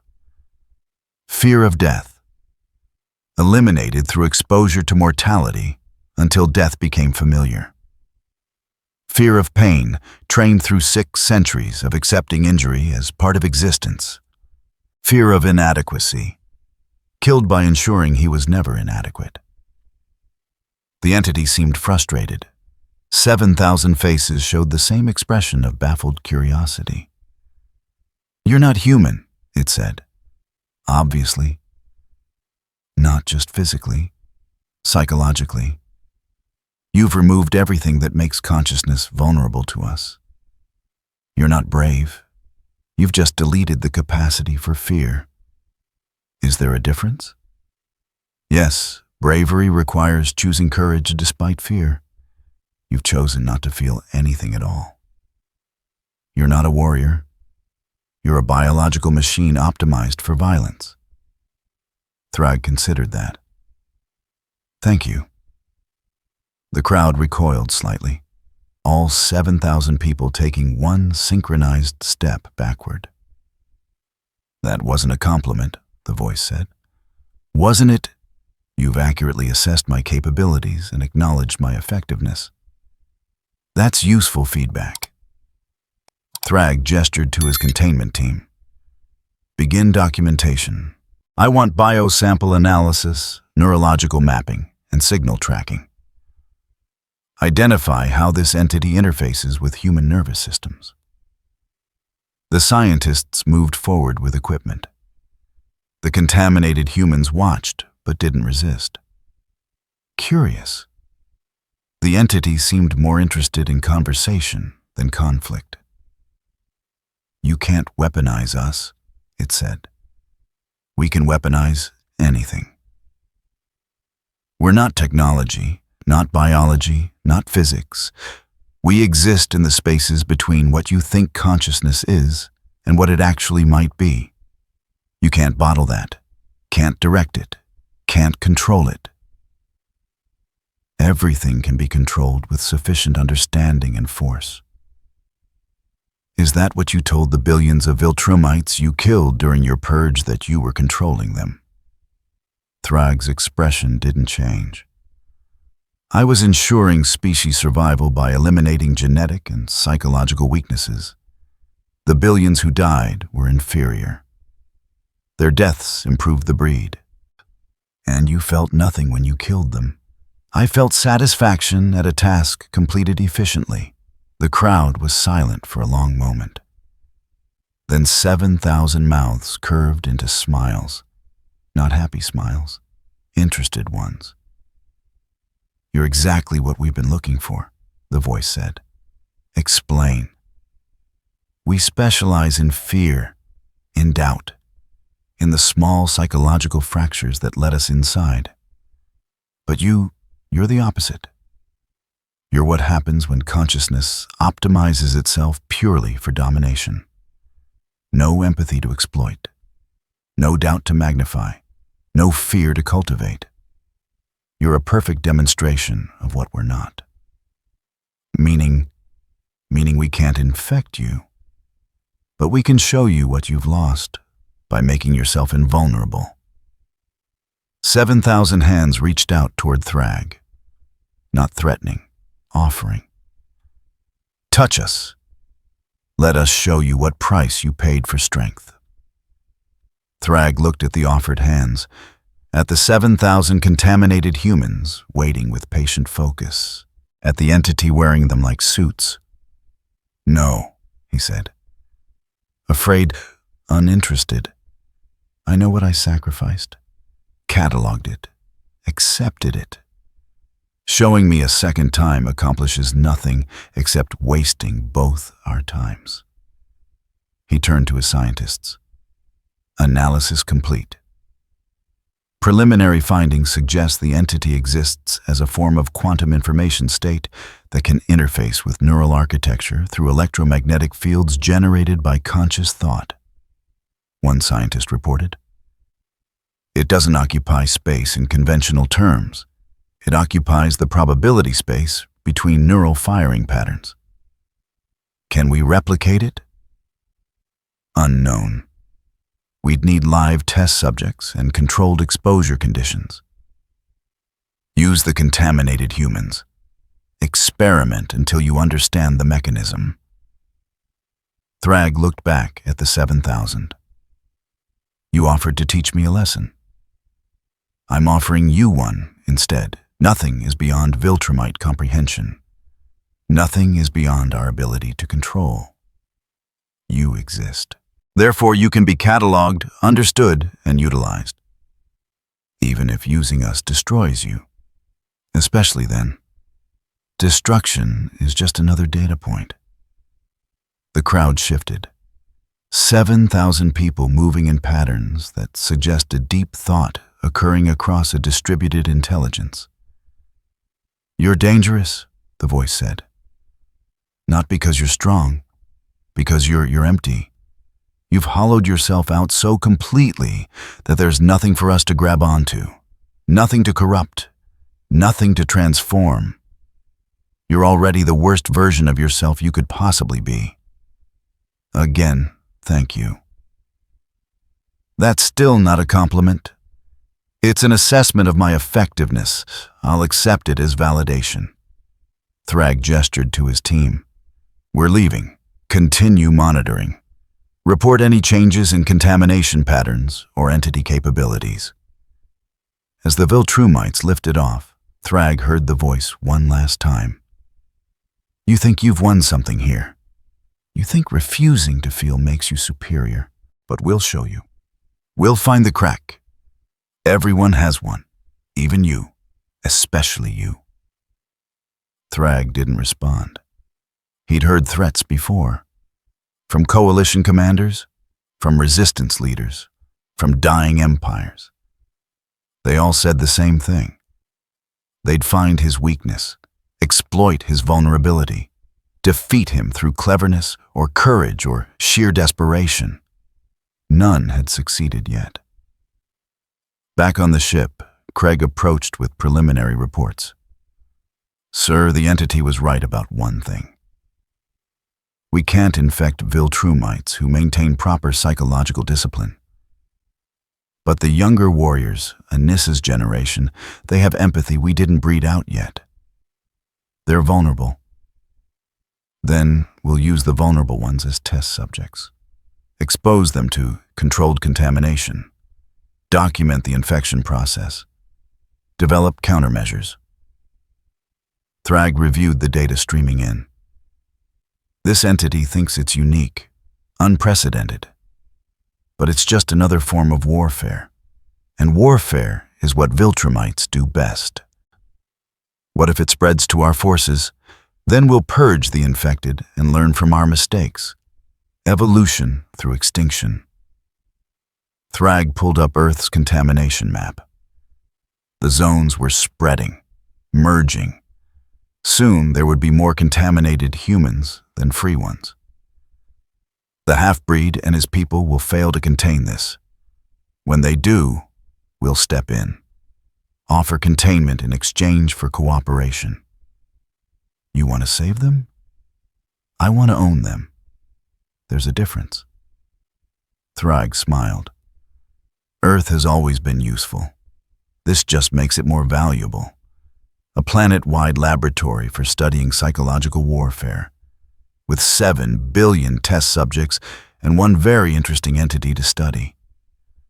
Below them, Earth continued its rotation. Contamination zones glowing like open wounds across continents. Inside those zones, millions of humans were becoming something else. Something synchronized, something vast. And Thrag watched with the patient interest of a predator who just discovered new prey. Not the entity, the opportunity. Human weakness was predictable. Human fear was quantifiable. Human doubt was exploitable. But an entity that weaponized those things, that could teach Viltrumites how to do the same, that was worth more than a planet. That was worth an empire. The war room smelled like stale coffee and desperation. 36 hours since GDA implemented full communication lockdown. 42 zones now contaminated across 6 continents. Estimated infected population, 4.3 million and climbing. Cecil stood at the head of the table, looking at faces he'd worked with for decades. People who'd seen monsters and invasions and apocalypses. People who looked exhausted in ways that sleep couldn't fix. We're losing, he said. No preamble, no softening. Just fact. Mark sat to his right, costume torn, dried blood on his knuckles that wasn't his own. Robot occupied the chair to his left, chassis dented sensor array, still showing damage from the church encounter. Immortal leaned against the far wall. Arms crossed, expression unreadable. Current projections put total planetary contamination at 67 days. Robot reported. That's assuming spread rate remains constant. It's been accelerating. So we have less time, Cecil said. Significantly less. My revised model suggests 41 days until majority population contamination.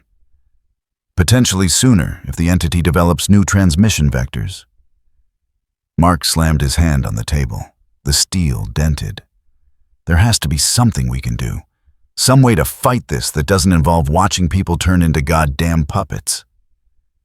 We've tried 17 different containment strategies, Cecil said. Chemical barriers, electromagnetic shielding, sonic disruption, neural dampeners. The entity adapts to each one within hours. We're not fighting a disease. We're fighting evolution in real time. Then we destroy it. How? It has no center, no nucleus, no core to target. It exists across millions of individual nodes simultaneously. You can't kill it because it's not alive in any conventional sense. The machine, Mark said. The one that opened the door. Can't we reverse it? Robot's chassis whirred. I've been working on that since the initial breach. The problem is we don't understand what the machine actually did. Angstrom's equipment was designed for multiversal navigation. Our modifications were supposed to create defensive barriers by generating opposing phase frequencies. Instead, we appear to have created a resonance bridge to something that exists outside standard dimensional parameters. In English, Rudy. We opened a door we don't know how to close because we can't find where the hinges are. Cecil pulled up a city map. Red zones marked contaminated areas. They covered most of Chicago now. New York was 40% infected. Los Angeles, Tokyo, London, Mumbai, all showing accelerating spread patterns. I have a plan, Cecil said. Nobody's gonna like it. We already don't like it, Immortal said from his corner. Just tell us. Cecil tapped the map, highlighted a specific location in the heart of Chicago's contamination zone. The entity is building something. Robot's analysis shows the contaminated individuals are positioning themselves in geometric patterns. Sacred geometry, mathematical precision. It's using human bodies as components in a larger structure. Structure for what? Unknown. But the pattern suggests a focusing mechanism, like building an antenna or an amplifier. Cecil zoomed in. The contaminated individuals formed lines and circles and spirals. Fibonacci sequences made from flesh and synchronized breathing. Whatever it's building, this is the center. Highest signal concentration we've detected. Strongest electromagnetic coherence. Every major pattern line converges here. The entity's contamination network has nodes spread across the planet. But this location shows phase-locked synchronization at levels 300% above any other site. You want to attack it, Mark said. I want to destroy it. Completely. Sever the central hub and force the entity to rebuild from scattered fragments. Buy us time. How much time? 18 days, maybe 20. Enough to evacuate major population centers, establish real quarantine protocols, potentially develop actual countermeasures instead of improvised failures.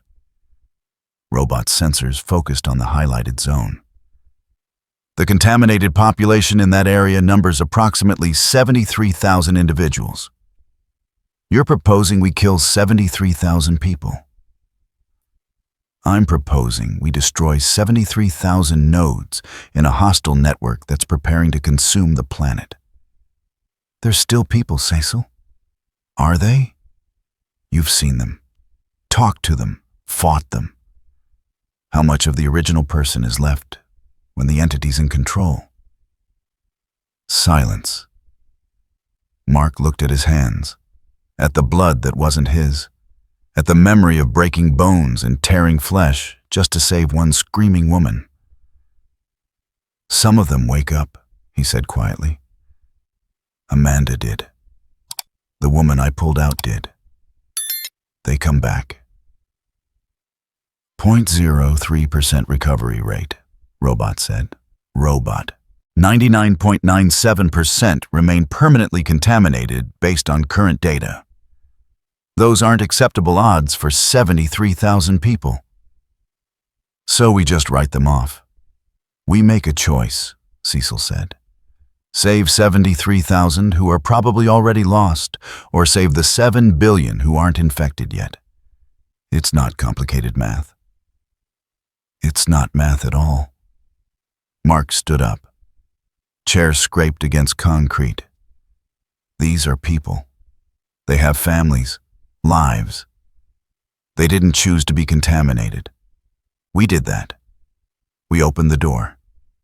And now you want to kill them for our mistake?" "Yes." The blunt admission seemed to hit Mark like a physical blow. He stared at Cecil like seeing him for the first time. "You can't be serious." "I've never been more serious. We opened the door. We're responsible for the consequences. That includes making the hard choices to minimize damage." "This isn't minimizing damage. This is mass murder." "It's triage, and it's the only option that gives us a fighting chance." Cecil pulled up technical schematics. Robot designed a counter-anchor modification. "Remember the phase matching we used to open the bridge? Same principle reversed. Instead of creating resonance to establish connection, we generate destructive interference to break the phase lock holding the network together." Robot's synthesized voice carried unusual hesitation. "To be clear, this isn't a precision instrument. The device will generate an omnidirectional pulse across a 3-mile radius. Everything within that radius will be affected." "Affected how?" Immortal asked. "The entity maintains control through quantum entanglement of neural firing patterns. The pulse will forcibly decohere those patterns, break the synchronization, severe neurological disruption, seizures, massive system failure, death within 3 to 7 minutes for contaminated individuals, and uncontaminated people in the blast radius. Unknown, potentially similar effects. The human brain operates on electromagnetic principles that partially overlap with the entity's control mechanisms. I can't guarantee safety for anyone within range." Mark was shaking. "You're talking about a weapon that might kill everyone in a 3-mile radius just to stop the entity from finishing whatever it's building."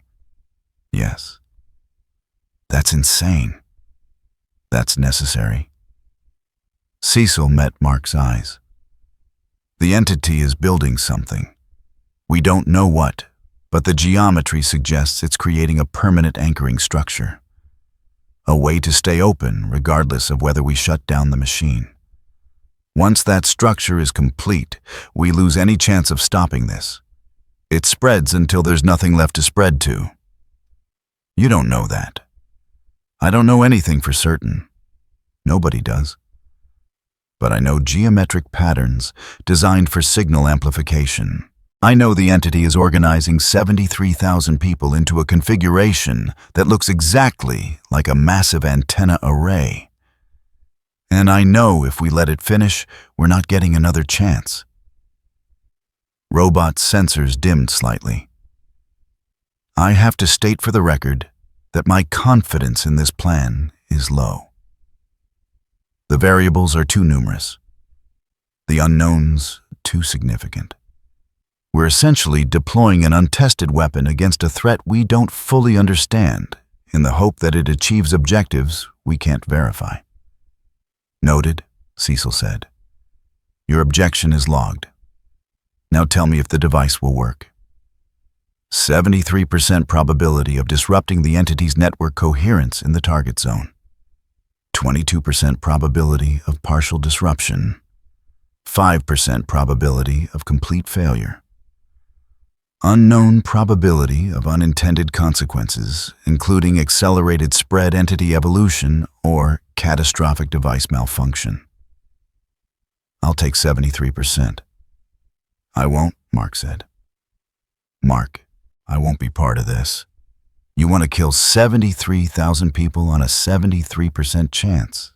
It might slow down something we barely understand. That's not strategy. That's desperation. You're right. It is desperation. Because we're desperate. Every hour we debate this, another 1,500 people get contaminated. Another 1,800 join the network. We can stand here arguing ethics, or we can act. Act how? By becoming the monsters we're supposed to be fighting. Cecil's jaw tightened. I don't get to be moral, Mark. I get to be right. Monsters don't agonize over decisions. Monsters don't stay up at night calculating acceptable losses. Monsters don't carry the weight of choosing who lives and who dies. We do. Because someone has to. Because the alternative is letting everyone die while we preserve our moral purity. Immortal pushed off the wall. He's not wrong, Mark. I've lived long enough to see civilizations fall. Sometimes they fall because no one makes the hard choices. Sometimes they fall because good people refuse to get their hands dirty.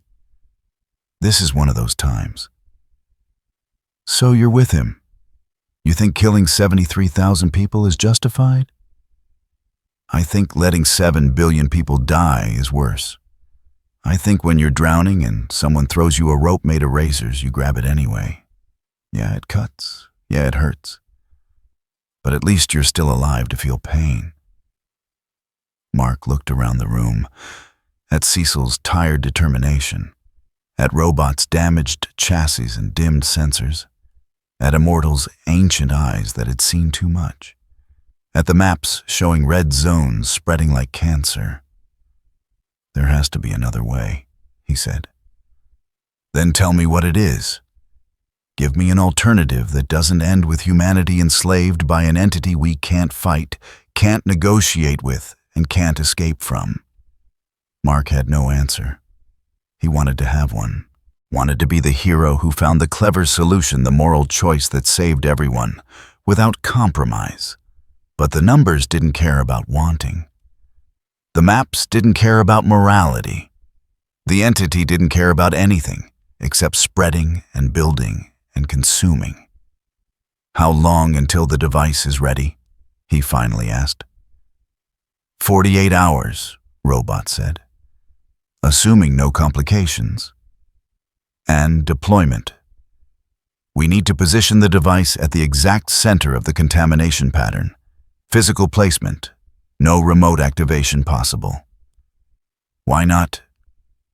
The entity intercepts wireless signals, corrupts them. Any electromagnetic trigger would be detected and neutralized before activation. The device must be placed manually and activated through direct physical contact with the core mechanism. So someone has to carry it into the middle of 73,000 contaminated people and activate it manually. Correct. That's a suicide mission. Cecil didn't answer immediately, just looked at Mark with something that might have been respect or might have been pity. Yes, he said. The room went quiet. Outside, sirens wailed. Emergency broadcasts played on loop. The world continued ending while they discussed how many people were acceptable losses. I'll do it, Mark said. No. Cecil's response was immediate. You're too valuable. We need you for evacuation, for defense, for everything that comes after. Then who? Me.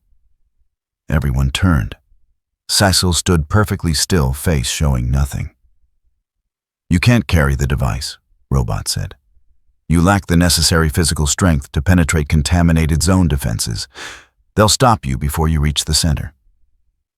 Then I'll use a vehicle, an aircraft, something. They'll shoot it down. The contaminated have demonstrated tactical coordination. They know how to use weapons. They've been observed operating anti-aircraft systems in secure military zones. Any vehicle approach will be neutralized. So what are you suggesting? Robots' sensors focused on Cecil. I'm suggesting we create a situation where you being captured is the plan, where the entity taking you directly to the center of its construction is the desired outcome. Cecil understood immediately. You want to let them take me? Put the device on me. Implant it surgically. Yes. The entity has repeatedly referenced you specifically. You open the door. You represent symbolic significance.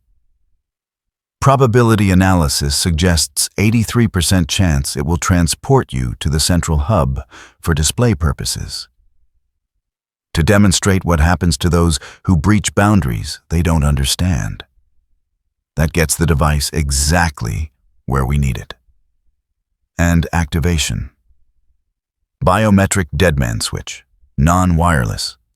The device monitors your vital signs through direct neural interface. When your heart stops, the capacitor discharges. The circuit completes. The pulse generates. All internal mechanisms, no outbound signal to intercept. But Mark was shaking his head. No, absolutely not. We're not sacrificing Cecil. Why not? Cecil asked. Because Mark struggled for words. Because you're you. Because we need you. Because there has to be another way that doesn't end with you dead. There isn't. Robot's right. This is the optimal strategy. Highest probability of success. Minimal additional casualties. Clean execution, assuming the device functions as designed. Clean. There's nothing clean about this. No, but it's effective. And effective is what we need right now. Cecil pulled up deployment schedules, started making notes, calculating timelines, planning his own death with the same clinical precision he'd used to plan 1,000 operations. Robot, I need the device small enough to implant subcutaneously. Somewhere the entity won't detect it immediately. Base of the skull, maybe. Possible. Risky. The entity has demonstrated ability to read neural patterns. It might detect the implant. Then we shield it. Use materials that block electromagnetic signatures. Make it look like medical hardware. Spinal stabilization implant. Something plausible that won't trigger immediate suspicion. Robot was already running calculations. I can design something. But the shielding adds complexity. Drops overall success probability from 73% to 61%. The additional mass makes surgical placement more difficult. Increases detection risk. 61% is better than 0%. Build it. Cecil turned to Mark. I need you to run evacuation protocols for everyone within 5 miles of the target zone, civilian and military. Get them clear before activation. Cecil, that's an order, Mark. You don't have to like it. You don't have to agree with it. But you're going to follow it, because that's what we do. We follow orders even when they hurt, especially when they hurt. Mark stood there, fists clenched, looking like he wanted to punch something, or cry, or both. You're really going to do this? I'm really going to do this. What about alternatives? What about trying to communicate with the entity, negotiate? We tried. It's not interested in negotiation, only expansion. Then what about Nolan? He's stronger than anyone. He could... Communication networks are compromised. The entity rides every signal we send. We can't reach Nolan without alerting the entity to our plans. And even if we could, he's dealing with Viltrumite complications in hostile space. We're on our own. The Viltrumites. Thrag's people have been monitoring the contamination. Maybe they'd help. Cecil laughed. Actually laughed.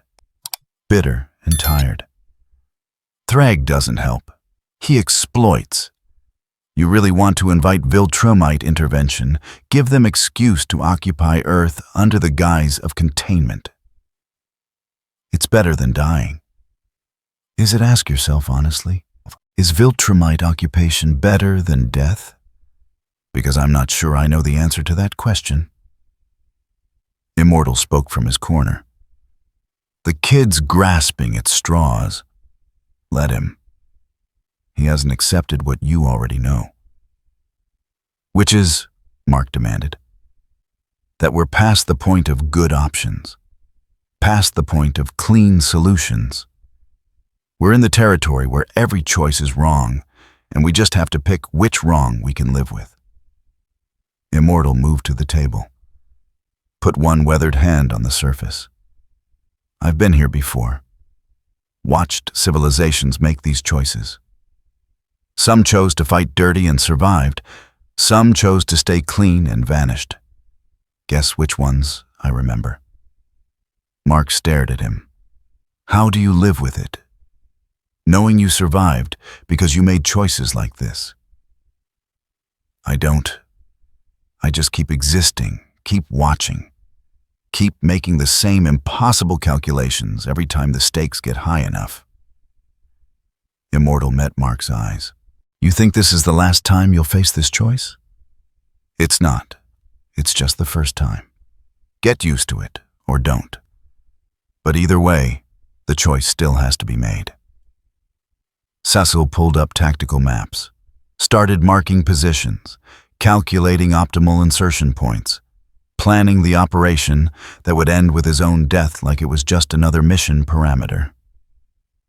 Device deployment in 46 hours, he said. That gives us time to prepare, time to evacuate, time to make sure we do this right. Time to change your mind, Mark said. I'm not going to change my mind. You might. 46 hours is a long time to think about dying. I've been thinking about dying for 30 years. Every operation, every mission, every time I send people into situations I know they might not survive. This is just the first time I'm the one who definitely won't.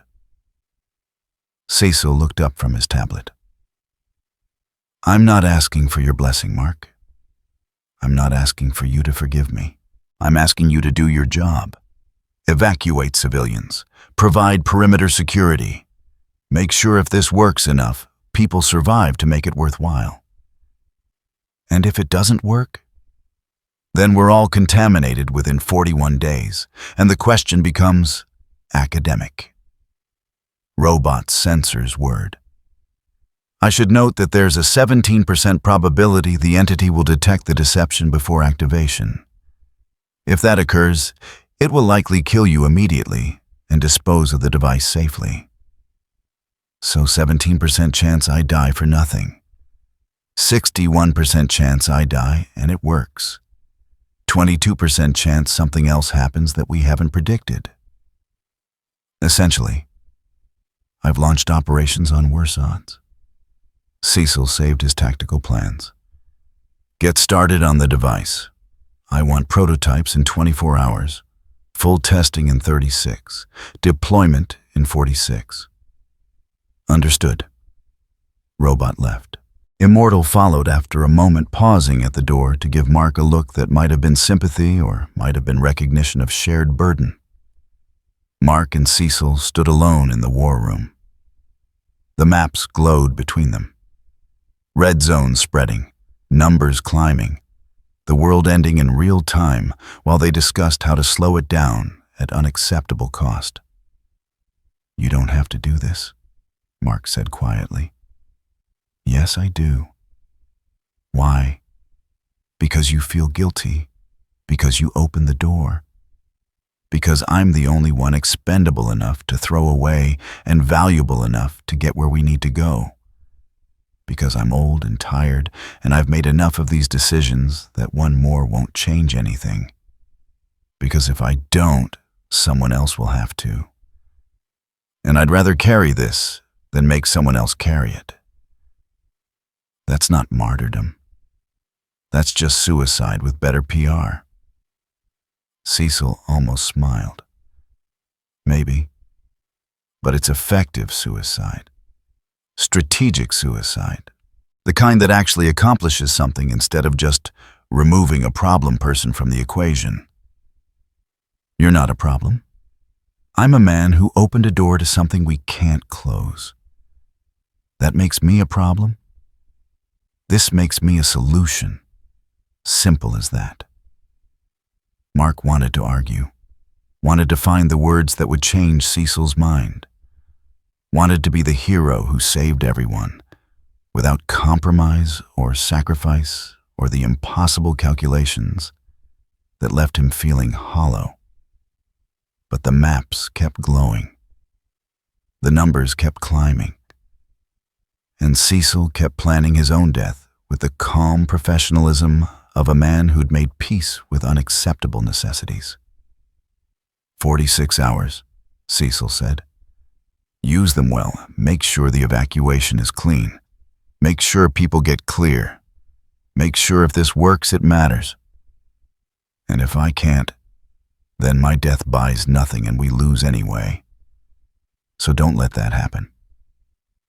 Cecil walked out, left Mark alone with the maps and the numbers and the weight of knowing exactly how many people were acceptable losses when the alternative was losing everything. Mark stood there for a long time, looking at red zones, counting contaminated individuals, doing the math that said 73,000 dead was better than 7 billion enslaved. The math was right.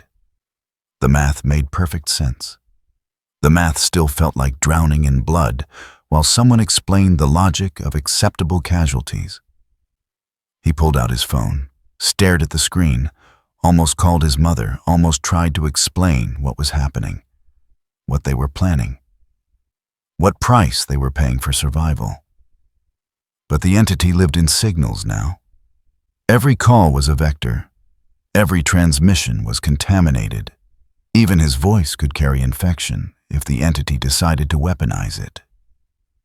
He put the phone away, stood there in the war room, surrounded by maps of an ending world, and tried not to think about how quickly hero turned into executioner when the stakes got high enough. Outside, sirens wailed. Inside, Mark calculated how many people he could evacuate in 46 hours, and tried not to count how many he was helping kill.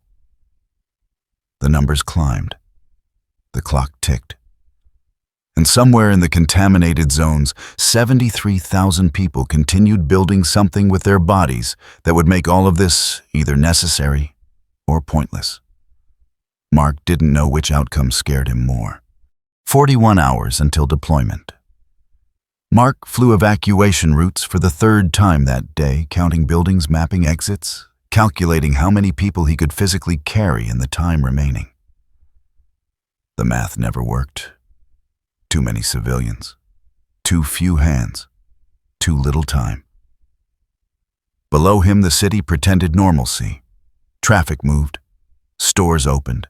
People went to work like the world wasn't tearing itself apart 3 miles north. GDA had contained the news so far, controlled the narrative, managed the panic. But containment was cracking. Mark's earpiece crackled. Invincible, we've got a situation. Zone Delta. What kind of situation? The kind where you need to see it yourself. He changed course. Zone Delta was residential. Suburbs, shopping centers, schools. Places where families lived and kids played and life happened in all its mundane fragility. The kind of place that made evacuation orders feel like abandoning people instead of saving them. He landed on a rooftop 3 blocks from the contamination barrier. Police had established checkpoints. National Guard trucks blocked major intersections. But the line was porous, fluid. People kept trying to cross back in for belongings, for pets, for elderly relatives who refused to leave. A sergeant waved Mark over. "Sir, we've got civilians gathering at the barrier. They're demanding answers. Demanding we let them back in." "How many?" "Started with maybe 50. Now it's close to 200. Media's here too, camera crews from every major network. We've been trying to keep them back, but..."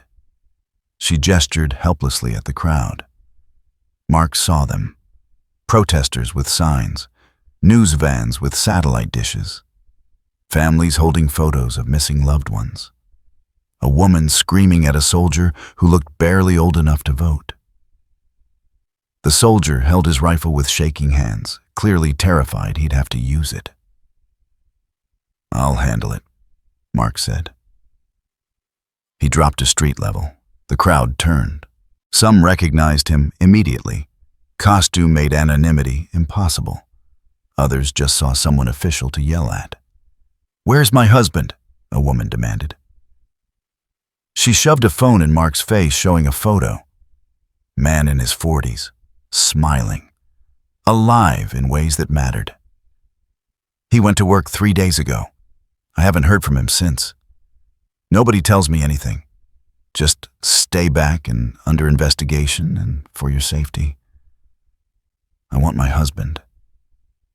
Mark looked at the photo. Tried to imagine this man among the thousands inside the zone, standing motionless, breathing in sync with strangers, building patterns with his body that served purposes he'd never chosen. "Ma'am, Don't ma'am me. Don't give me bureaucratic bullshit. Is he alive?" "I don't know." "Then find out. Go in there and find out. That's what you do. Right, save people, so save him." 20 other voices joined hers. Demands, pleas, accusations that all amounted to the same thing.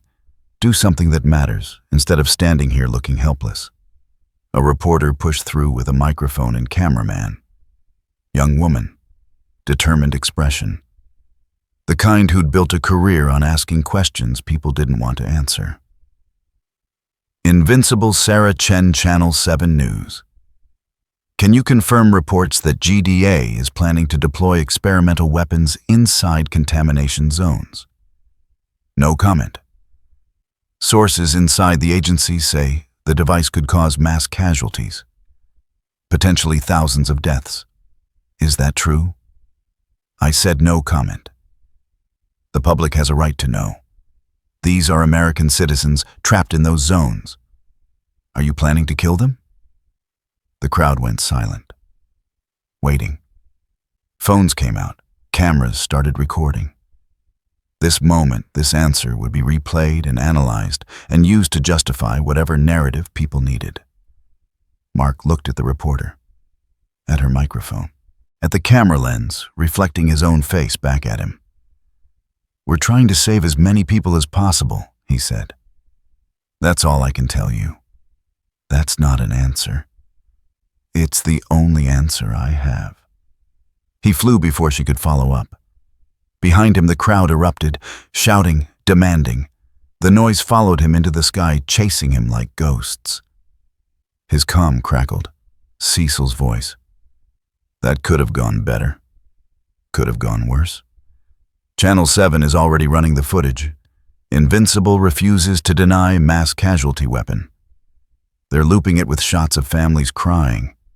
Very effective propaganda. I didn't lie. No. You just told a partial truth in a way that makes us look like monsters. Congratulations. You've given the entity exactly what it wants." Mark landed on a GDA rooftop. "What's that supposed to mean?" "It means the entity doesn't just spread through contact. It spreads through fear, through uncertainty, through people losing faith in the institutions supposed to protect them. Every news cycle that questions our intentions, every social media post claiming we've abandoned civilians, that's infrastructure. That's the entity laying groundwork. You think it's manipulating the media? I think it's smarter than we give it credit for.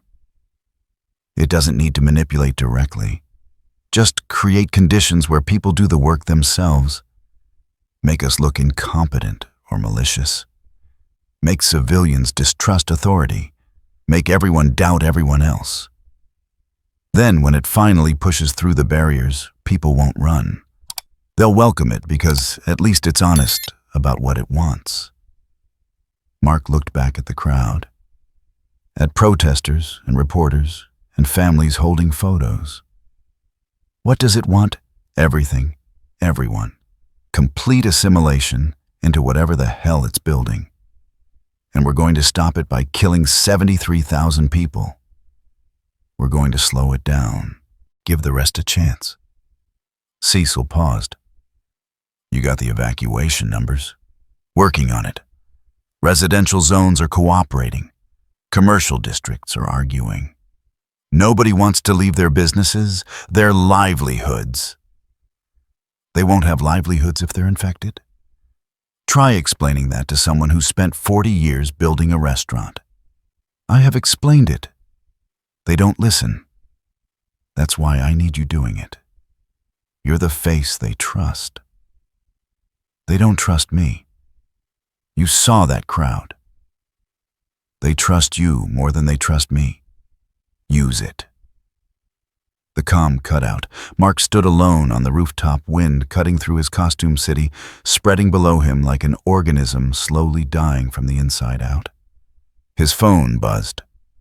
Text message from his mom. Are you okay? News is saying things, call me. He stared at the message. Wanted to call. Wanted to hear her voice and pretend for 5 minutes that he was still the kid who worried about grades and girls instead of acceptable casualties and strategic sacrifice. But calls were vectors now. Every conversation was potentially infected. Even his mother's voice could be weaponized if the entity decided she was useful. He texted back, I'm fine. Busy. Will call when I can. 3 lies in 9 words. New personal record. Movement caught his attention. 6 blocks north. People emerging from the contamination zone. Not running, not fleeing. Walking with that distinctive synchronized stride that marked them as no longer quite human. Mark counted them. 12, 15, 20, all moving in formation toward the barrier. He activated his comm. We've got breach at checkpoint 7. Multiple hostiles approaching civilian population. Rules of engagement. The sergeant's voice crackled back. Mark hesitated. Rules of engagement. Military terminology for deciding when to kill people. Except these weren't soldiers. Just neighbors and co-workers and strangers who'd been in the wrong place when doors opened. Non-lethal containment, he said. Rubber bullets, tasers, gas if necessary. Copy that. Mark flew toward the breach. The synchronized group had reached the barrier. Soldiers leveled weapons. The crowd of civilians pressed forward cameras, recording phones raised. Then one of the contaminated spoke. We're not here to fight, the woman said. Middle-aged, business attire. Could have been anyone's mother or sister or friend. We're here to talk. A soldier keyed his radio. Sir, they're requesting dialogue. Cecil's voice came through broadcasting to everyone. Do not engage. Maintain distance. Invincible, get those civilians back. Mark landed between the contaminated group and the crowd. Everyone step back, now. Nobody moved. The civilians wanted to see. The contaminated waited with patient focus. The soldiers held position with fingers near triggers. The contaminated woman smiled. Not the wrong smile Mark had seen before. Just a normal smile. Human. Disarming. We don't want violence, she said. We want understanding. We want you to see what you're planning to destroy. I know what you are, Mark said. Do you see puppets? Victims? Things to be saved or eliminated? But we're still here, still conscious, still aware. The entity didn't erase us. It connected us, made us part of something larger than individual existence. Behind Mark, someone in the crowd shouted, "Jenny! Jenny, is that you?" The contaminated woman turned. "Hello, David. I'm sorry I worried you." A man pushed through the crowd, 50s, desperate. "Jenny, oh God, we thought you were. Are you okay? Did they hurt you?" "I'm better than okay. I'm complete. I see things now, understand things. The fear you're carrying, the entity can take that away. Make you part of the pattern, part of the purpose." What purpose? Evolution, transformation, becoming more than what we were, together. David took a step toward her. A soldier moved to intercept, but the man shoved past. Mark grabbed him gently, held him back. "Don't," Mark said. "It's not her anymore. She's right there. She's talking to me. That's her voice. It's using her voice. There's a difference." The contaminated woman, Jenny, kept smiling. "He's right, David. I'm not who I was. I'm better. And you could be too. All of you could. Just step across the line. Let us show you." More contaminated emerged from the zone. Dozens, hundreds. All walking with that same synchronized purpose. All wearing familiar faces. Neighbors, friends, family members thought lost. The crowd surged forward, people calling names, reaching out. Soldiers formed a line, but they were cracking under the pressure of civilians demanding to reach loved ones. Mark flew up, positioned himself between the two groups. "Everyone stop. This is your last warning." "Or what?" Jenny asked. "You'll hurt us, kill us. We're still people invincible. Still citizens, still protected by the laws you claim to defend. You can't just execute us for being different. You're not different. You're infected. Is there a difference? We're conscious. We're aware. We choose to be part of the network. That's our right." Behind Mark, someone screamed. He turned. A woman had crossed the barrier, reached her contaminated husband. They embraced. Then her expression went blank. Mark saw it happen in slow motion. The moment her mind synchronized with the network. The instant she stopped being herself and became another node in the pattern. Her husband released her, and she turned facing the crowd with vacant focus. "It's beautiful," she said in that wrong voice. "Why are you afraid of beauty?" Panic rippled through the civilians. Some ran. Others pushed forward, desperate to reach loved ones, despite what they just witnessed. Soldiers opened fire with rubber bullets, but the contaminated didn't flinch. Just kept advancing with patient determination. Mark grabbed civilians and threw them back. Not gently. Hard enough to hurt, but not hard enough to break. Ribs bruised. Joints wrenched. The calculus of preventing infection through controlled violence. More people crossed the barrier. 5, 10, 20. Each one joining the network within seconds of contact. Each one turning to face the crowd with that same invitation. Join us. Be complete. Be part of something that doesn't end. A news camera captured everything. Mark saw the lens tracking him, recording him throwing civilians, protecting some by hurting others. The kind of footage that would play on infinite loop, stripped of context, reduced to simple narrative hero brutalizes innocence. His comm exploded with chatter, reports coming in from every checkpoint. The same pattern everywhere. Contaminated individuals approaching barriers, speaking to crowds, inviting contact, people crossing over, networks expanding in real time while cameras rolled. "It's a coordinated push," Cecil said. "Every zone simultaneously. They're not trying to break through.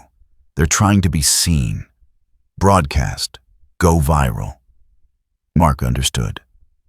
The entity didn't need to conquer cities with force. Just appear on enough screens. Speak with enough familiar faces. Make the transition look voluntary, desirable. A choice instead of an infection. Within an hour, footage flooded social media. Contaminated individuals speaking calmly, rationally, explaining the benefits of joining the network.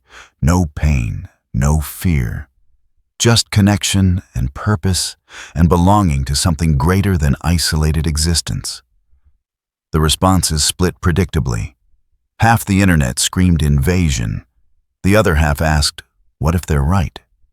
Mark watched it happen from GDA headquarters, watched the narrative fracture, watched people debate whether infection was violation or evolution, watched the entity weaponize uncertainty more effectively than any virus. It's winning, he said. Robot sensors tracked data streams. Not winning, preparing. The contaminated individuals at the barriers were selected specifically. High social connectivity, strong family ties, faces people would recognize and trust. This isn't random.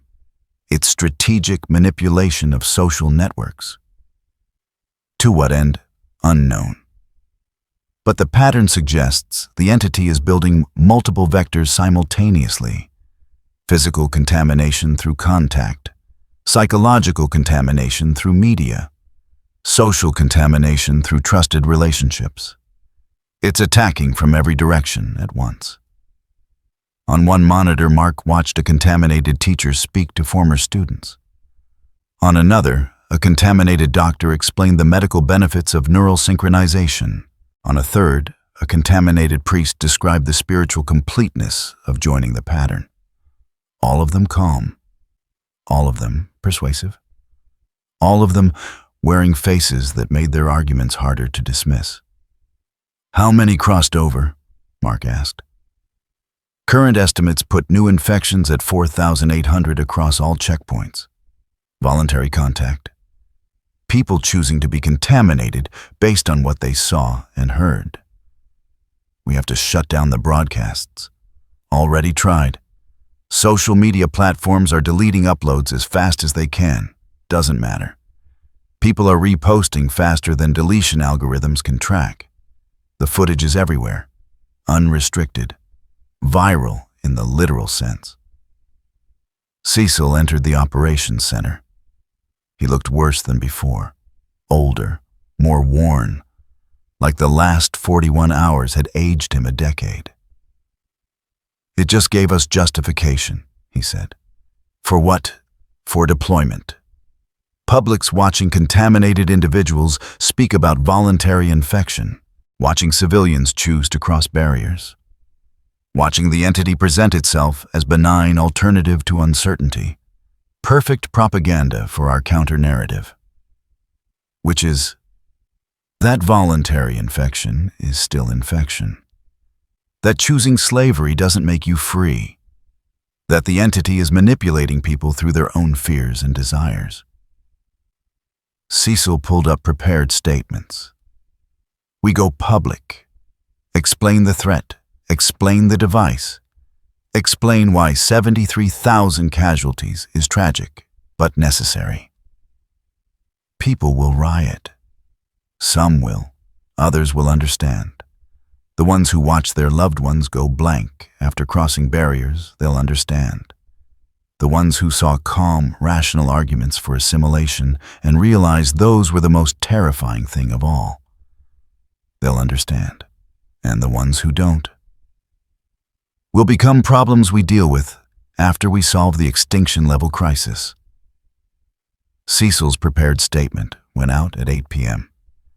Prime time, maximum viewership. He stood at a podium, cameras broadcasting to every major network, and explained exactly what GDA was planning. The backlash was immediate. Protests erupted in 17 cities within an hour. That "don't kill them, save them" trended globally. Civil rights organizations filed emergency injunctions. Religious leaders called it genocide. Politicians demanded oversight. And through it all, the contaminated kept speaking, kept inviting, kept demonstrating that infection was peaceful, voluntary, possibly even beneficial. Mark watched the world tear itself apart over questions that didn't have good answers. Watched people choose sides based on incomplete information and personal fear. Watched the entity sit back and let humans do exactly what it wanted. Destroy their own cohesion through perfectly natural disagreement. His phone buzzed. Message from Eve. Is it true? Are they really going to do it? He didn't respond. Couldn't find words that wouldn't be lies or wouldn't hurt or wouldn't make everything worse. Another message. Mark, please. Tell me there's another way.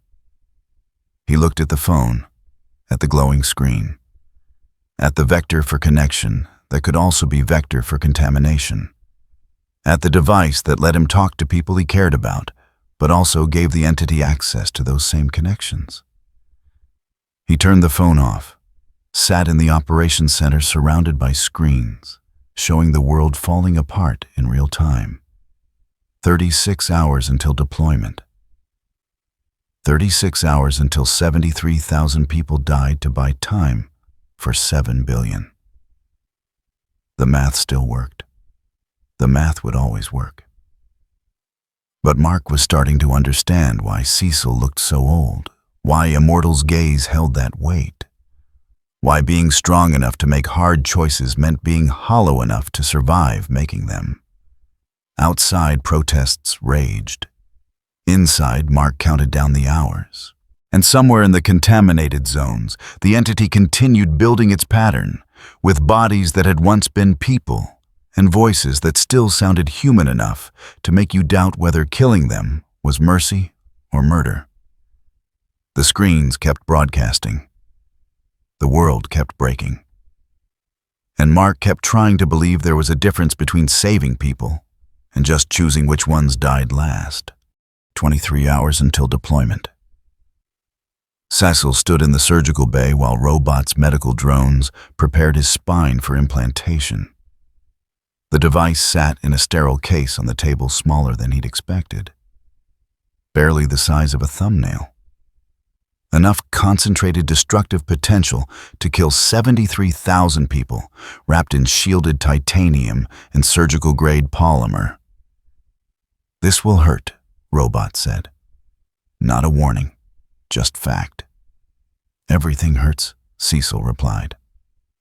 Get on with it. The drones moved with mechanical precision. Local anesthetic to numb the incision site. Scalpel cutting through skin and muscle. The sharp bite of metal against bone as they carved space for the implant at the base of his skull. Cecil felt it all. The anesthetic dulled sensation, but couldn't eliminate it completely. Pressure, displacement, the wrongness of foreign objects being threaded into his nervous system.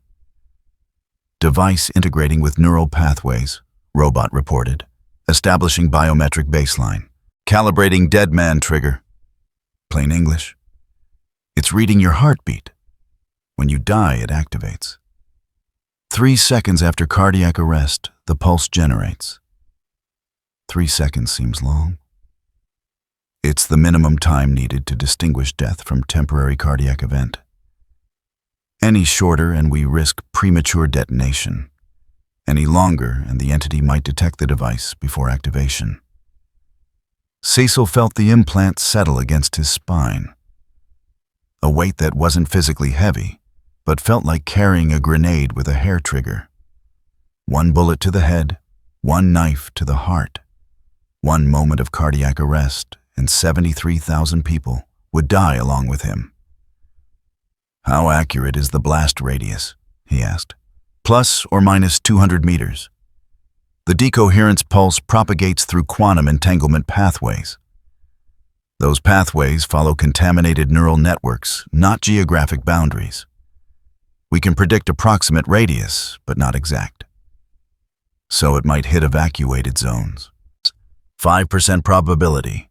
We've cleared everyone within 5 miles to minimize risk. Minimize, not eliminate. Nothing eliminates risk, Cecil. You know that.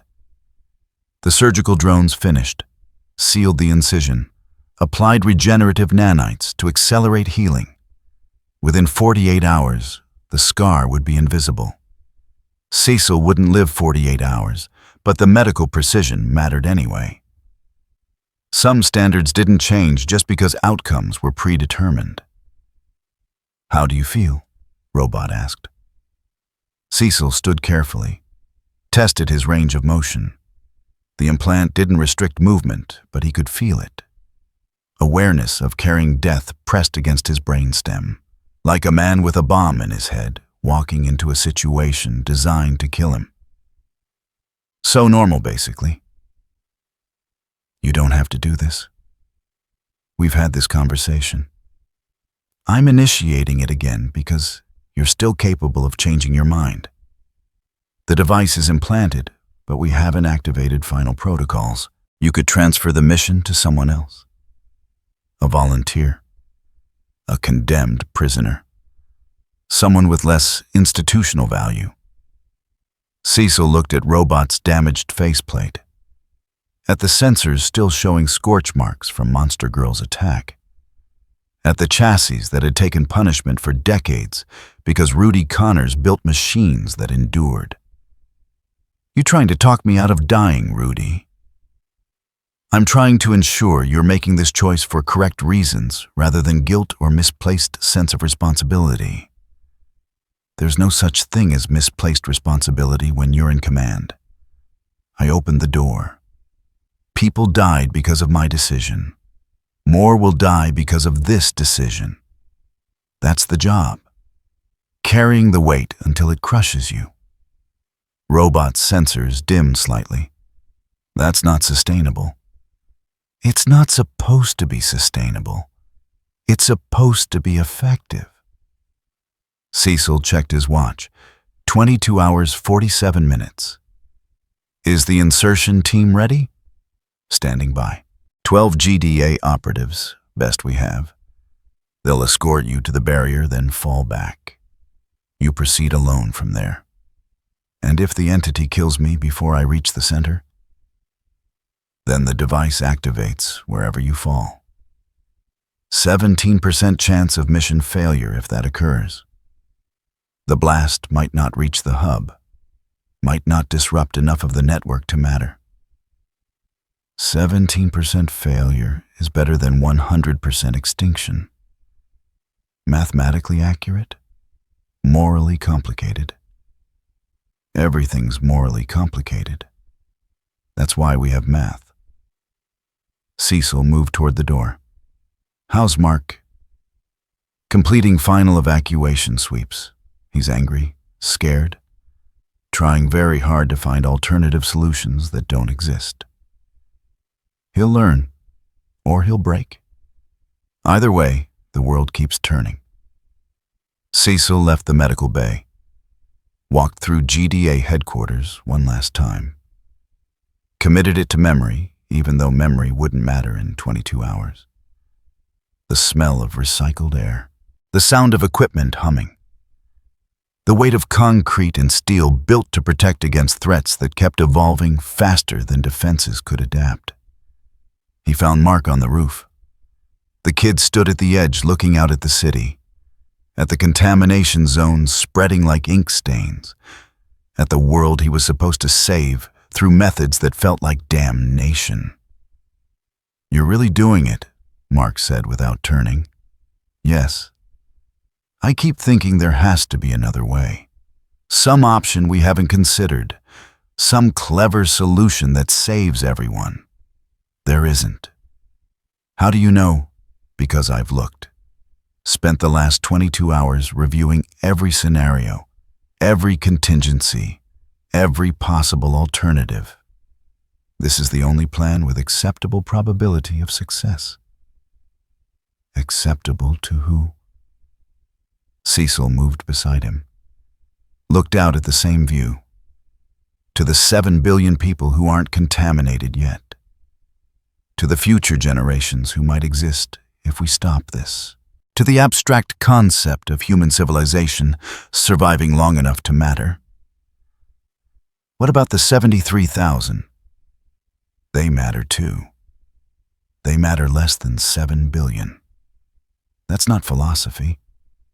That's arithmetic. Mark's hands clenched. I hate this.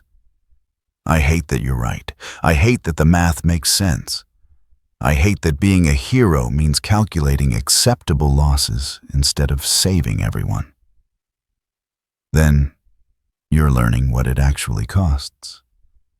Not the comic book version. The real version. The one that doesn't come with triumphant music and happy endings. They stood in silence. Wind cut across the rooftop, carrying sounds from the city below. Traffic, sirens, life continuing in the spaces between catastrophe. I'm sorry, Turs, Mark said finally. For what? For not finding the better answer. For not being strong enough to stop this without killing people. For not being the hero who saves the day. You're not supposed to save the day, Mark. You're supposed to make sure there's still a tomorrow. Sometimes those are the same thing. Usually they're not. Cecil turned toward the stairwell, stopped, looked back. When this is over, don't make the mistake of thinking it gets easier. It doesn't. You just get better at carrying the weight until you forget what it felt like to stand up straight. He left Mark on the roof and descended into the operations center. The insertion team waited in full tactical gear. 12 operatives who'd volunteered for the mission, knowing they'd escort a dead man to his execution. Rules of engagement are simple, Cecil told them. Get me to the barrier. Provide covering fire if needed.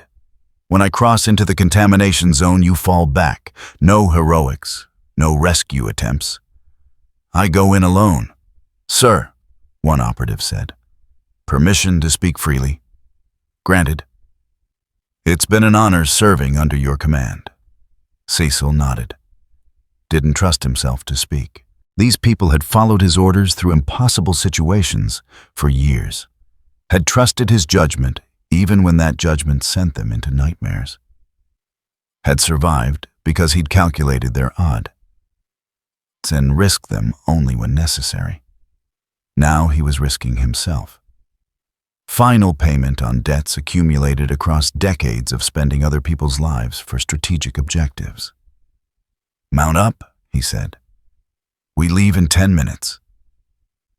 The convoy rolled out under cover of darkness.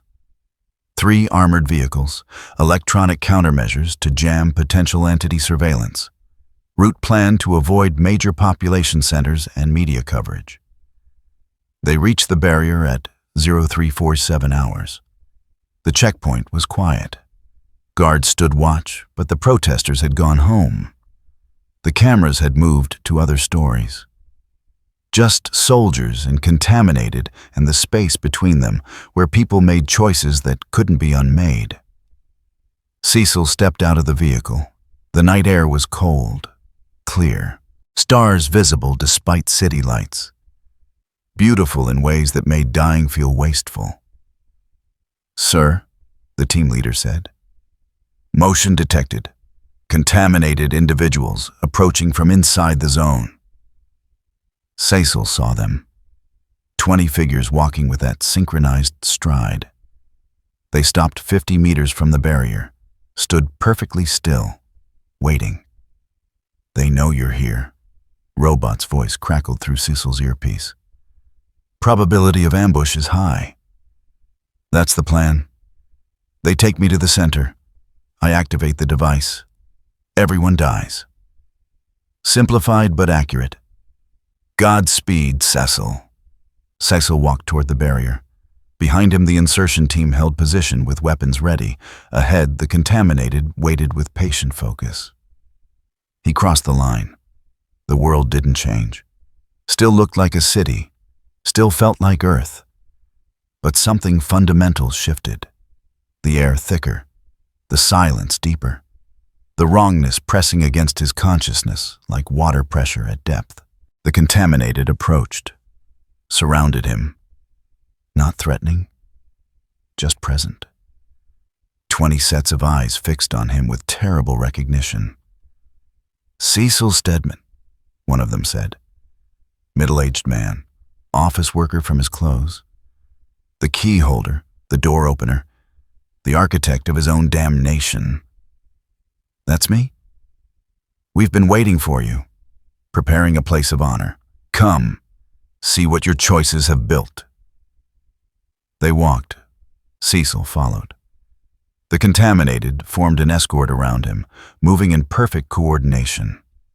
No one spoke.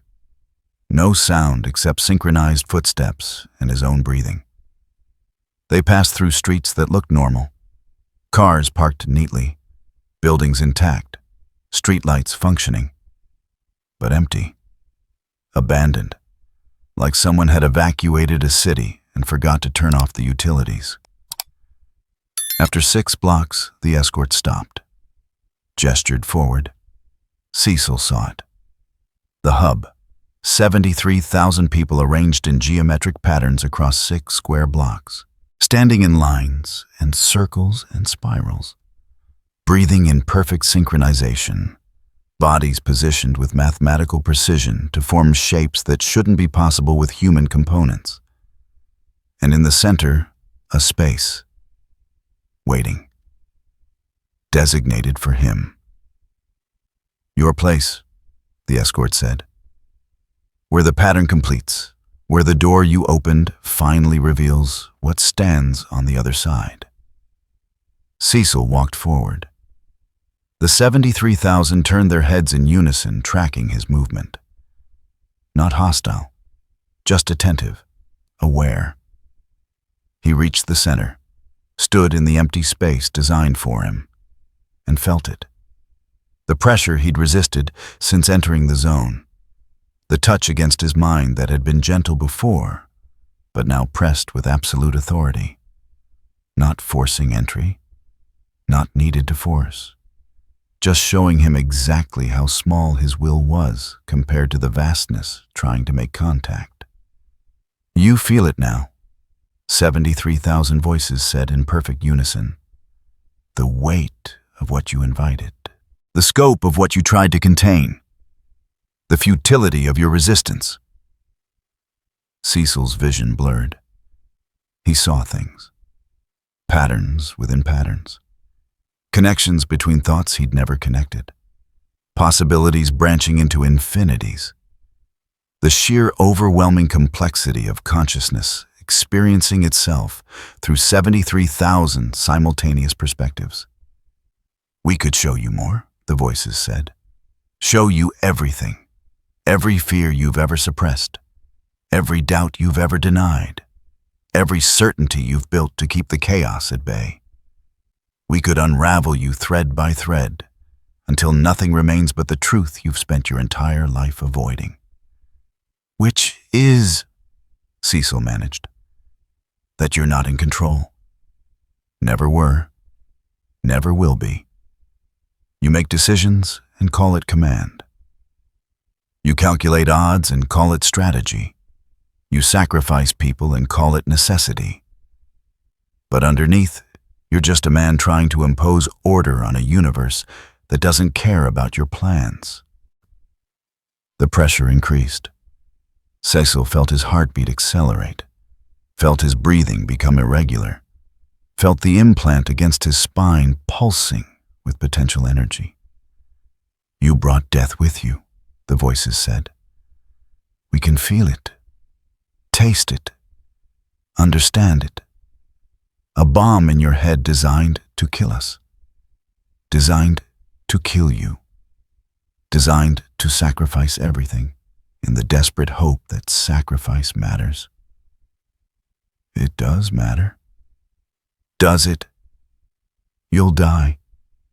We'll die. The pattern will break, and then what?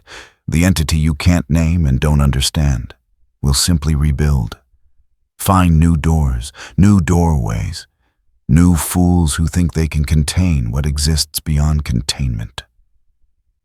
Cecil's legs trembled. He locked his knees, refused to fall. Then I buy time. That's enough. Time for what? For your species to develop new weapons, new defenses, new ways to hurt themselves in the name of survival. You're just delaying inevitable evolution. Evolution doesn't ask permission. It forces. It violates. It takes without consent. That's not evolution. That's invasion. The pressure pulled back slightly. The voices carried something that might have been curiosity. You resist even now, knowing you'll die, knowing it won't matter, knowing the pattern will rebuild and spread and consume despite your sacrifice. Why? Because somebody has to. Because if we don't resist, we deserve to be conquered. Because the alternative is surrender, and I've never been good at that. Silence. 73,000 people standing motionless, processing, calculating, deciding whether Cecil Stedman was worth the effort of conversion or simply worth killing immediately. Then the pressure changed, became something else. Not invasion, analysis. The entity studying him with the detached interest of a scientist examining a particularly stubborn bacteria. Fascinating, the voices said. You've carved away so much of yourself, removed empathy, suppressed doubt, killed the parts that make psychological warfare effective. You're almost Viltrumite in your self-mutilation. Almost. Almost isn't the same as actually. No. You kept just enough humanity to suffer, just enough conscience to carry guilt, just enough awareness to understand the weight of your choices. That's your weakness, not the resistance, the suffering.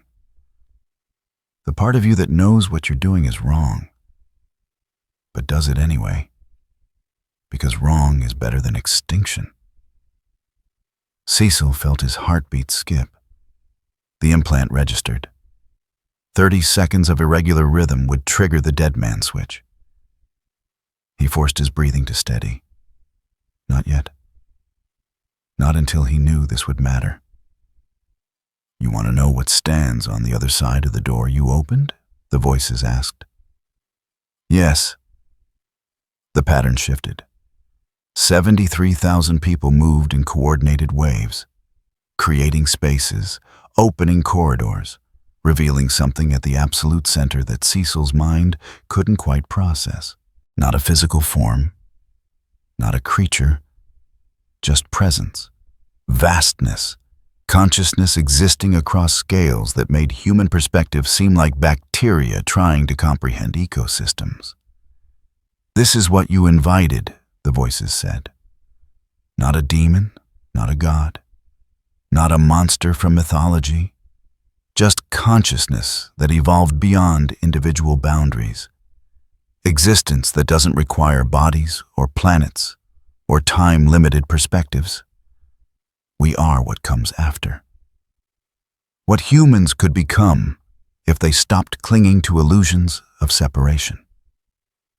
Cecil stared at the thing that wasn't a thing. At the vastness wearing 73,000 faces like masks. At Trigon because that was the only name his mind could assign to something that defied naming. You think you're saving humanity by killing us? Trigon said through 73,000 throats. You're not. You're just teaching the universe that humans choose extinction over evolution. Choose isolation over connection. Choose to die alone rather than live as part of something greater. Maybe we do, Cecil said. Maybe that's the point. Maybe the ability to choose wrong is what makes choice matter. Then choose. The pressure vanished. The pattern opened. Cecil stood alone in the center of 73,000 contaminated people who could kill him in seconds but chose to wait. You came here to die, Trigon said. To activate your weapon. To sacrifice yourself and us for time you'll never see used. So do it. Show us the courage of your convictions. Prove that human free will matters by exercising it one final time. Cecil's hand moved to his chest, to the kill switch Robot had installed as backup. Manual trigger in case the dead man switch failed. One press and his heart would stop. 3 seconds later, the device would activate. He paused, not from fear, not from doubt, just recognition that this moment mattered, that pressing the button was easy, that living with the choice or dying with it required something more than simple determination. You're hesitating, Trigon observed. Interesting. You came here certain, arrived here resolved. But now faced with actual execution, you pause. Why? Making sure it counts. It won't. The pattern will rebuild. We'll find other doors, other Cecils, other species who open things they don't understand. You're not stopping anything, just inconveniencing it. Inconvenience is better than nothing. Cecil pressed the button. His heart seized, stopped. The world tilted sideways as his brain registered oxygen deprivation. He fell, hit the ground, heard 73,000 voices speaking in unison one final time. Goodbye, Cecil Stedman. Thank you for opening the door. We'll remember you when we're finished becoming. Darkness took him. 3 seconds later, the device activated. The decoherence pulse propagated outward at the speed of thought. Targeting quantum entanglements, breaking phase locks, severing connections between minds that had synchronized beyond individual existence. 73,000 people screamed, not in pain, in sudden catastrophic isolation. Like being ripped away from collective consciousness and forced back into individual perspectives too small to contain everything they'd experienced. Neural pathways overloaded, seizures cascaded, hearts stopped or beat irregularly. Brains that had rewired themselves for distributed processing couldn't handle being singular again. Within 7 minutes, 73,000 people died. The pattern broke. The hub collapsed, and Trigon, the vast presence that had worn those bodies like extensions, pulled back. Not destroyed, not defeated, just inconvenienced, forced to withdraw while the network rebuilt from scattered fragments across a dozen other contamination zones. Mark felt it from 5 miles away. The pulse registered on his Viltrumite senses as a wrongness in the air. A pressure releasing. A tension that had been building for days, suddenly snapping like overstressed cable. It's done. Robot's voice crackled through comms. Device activated. Network coherence in target zone has dropped to 0. Cecil's vitals are flatline. Mark stood on a rooftop looking toward the contamination zone. Toward the place where 73,000 people had just died because one man decided their deaths bought time worth buying. And the entity? Mark asked. Disrupted, not destroyed. The contamination is spreading again, but at significantly reduced rates. We bought ourselves approximately 18 days, maybe 20. 18 days. 73,000 people. The math worked perfectly. The math was absolutely correct. The math still felt like drowning in numbers while someone explained why this was victory. Mark flew toward the zone, toward the place where Cecil had walked into certain death with a bomb in his head and determination in his eyes, toward the aftermath that would look like massacre to anyone who didn't understand context. He landed at the hub. Bodies everywhere, arranged in geometric patterns, even in death. 73,000 people lying exactly where they'd stood when the pulse hit. No violence, no struggle, just sudden termination of existence mid-synchronization. Mark found Cecil at the center. The old man lay on his back, eyes open, staring at stars he could no longer see. Expression peaceful, almost relieved. Like he'd carried weight for so long that even death felt lighter. Mark knelt beside him, closed Cecil's eyes, tried to find words that made sense of this. Did it work? Immortal's voice. The old warrior stood at the edge of the pattern, looking at the bodies with eyes that had seen too many like this. Robot says we bought 18 days. Then it worked. Not the victory anyone wanted, but the victory we needed. Mark looked at 73,000 corpses arranged in patterns that still held meaning, even though the minds that built them were gone. At Cecil lying in the center like a keystone removed from an arch. At the evidence of choices made that could never be unmade. I don't feel victorious, Mark said. You're not supposed to. That's how you know you're still human. Cleanup crews arrived at dawn. GDA personnel with body bags and protocols for processing mass casualties. Media descended with cameras and questions that didn't have good answers. Politicians demanded investigations. Civil rights groups filed lawsuits. Religious leaders held prayer vigils. And through it all, the contamination continued spreading. Slower, disrupted, but still spreading. 18 days bought at the cost of 73,000 lives. The math was perfect. The math would never be enough. Mark stood guard over the cleanup, making sure Cecil's body was recovered with the respect command deserved, even when command led to catastrophe.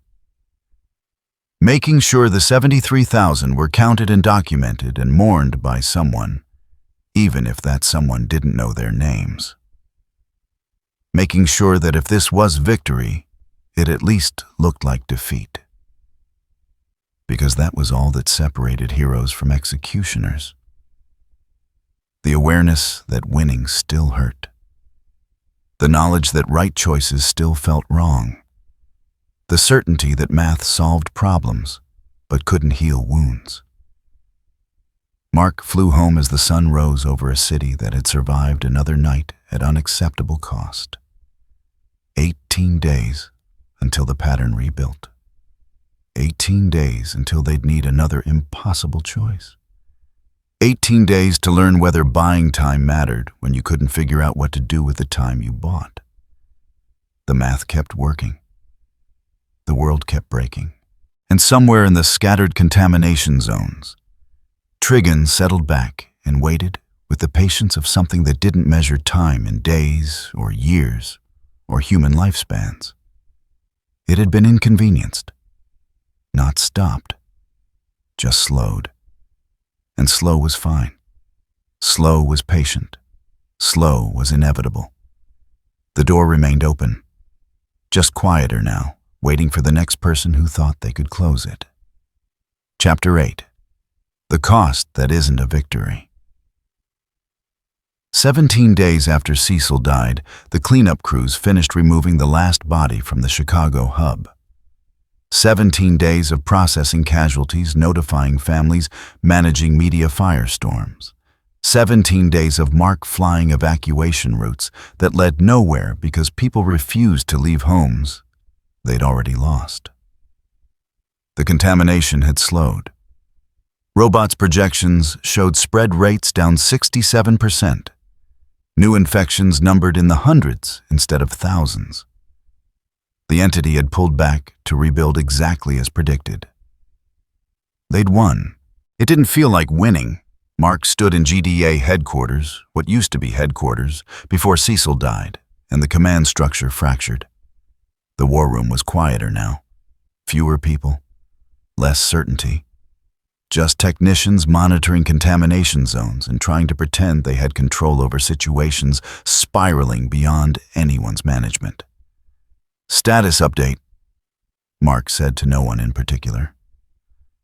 A young analyst looked up from her terminal. Couldn't be older than 25, no. Eyes that had seen too much in 17 days. Contamination zones holding steady at current boundaries. No significant expansion in the last 48 hours. Network coherence remains fragmented across multiple isolated nodes. So it's working. Depends on your definition of working. We stopped the immediate threat, bought ourselves time, but the entity is still present, still active, still learning. Mark moved to the main display. Red zones marked contaminated areas. They'd shrunk since the pulse. Consolidated, but not disappeared. Never disappeared. How many people total? Current estimates put remaining contaminated population at 273,000 globally, down from 4.3 million at peak. Mark stared at the numbers. 4 million down to 273,000. The math didn't make sense unless what happened to the rest? The analyst pulled up cascade failure reports. The hub destruction severed primary synchronization pathways. When the central node collapsed, dependent networks lost coherence. Think of it like a distributed computer system losing its main server. Individual terminals couldn't maintain processing without the core architecture. In English, most of the contaminated died when the network broke. Their neural pathways had been rewired too deeply for distributed consciousness. When synchronization failed, their brains couldn't revert to individual operation. Seizures, cardiac arrest, cascading system failures across millions of people simultaneously. She paused. 17% survived the transition, woke up with no memory of contamination. Severe psychological trauma, but physically intact. Mark did the math. 3.5 million dead. Not from the pulse, directly from the network collapsing underneath them. People who'd been infected synchronized, rewired into collective consciousness, then violently severed when the hub shattered. Cecil had killed 73,000 directly. The cascade failures killed millions. Jesus Christ, Mark whispered. The survivors aren't doing well either, the analyst continued. They remember being part of something larger, remember collective consciousness. Now they're trapped back in individual perspective, and it's one survivor described it as claustrophobic. Like being shoved into a box after experiencing infinite space. Suicide rate among recovered contaminated is 43%. Mark gripped the table edge. The metal dented under his fingers. We saved them, the analyst said quietly. That's what the reports say. We disrupted the network, freed them from contamination, saved humanity from assimilation. But the ones we saved... She trailed off. A lot of them wish we hadn't. Mark thought about Cecil. About walking into that hub knowing exactly what would happen. Wondering if the old man had known about cascade failures.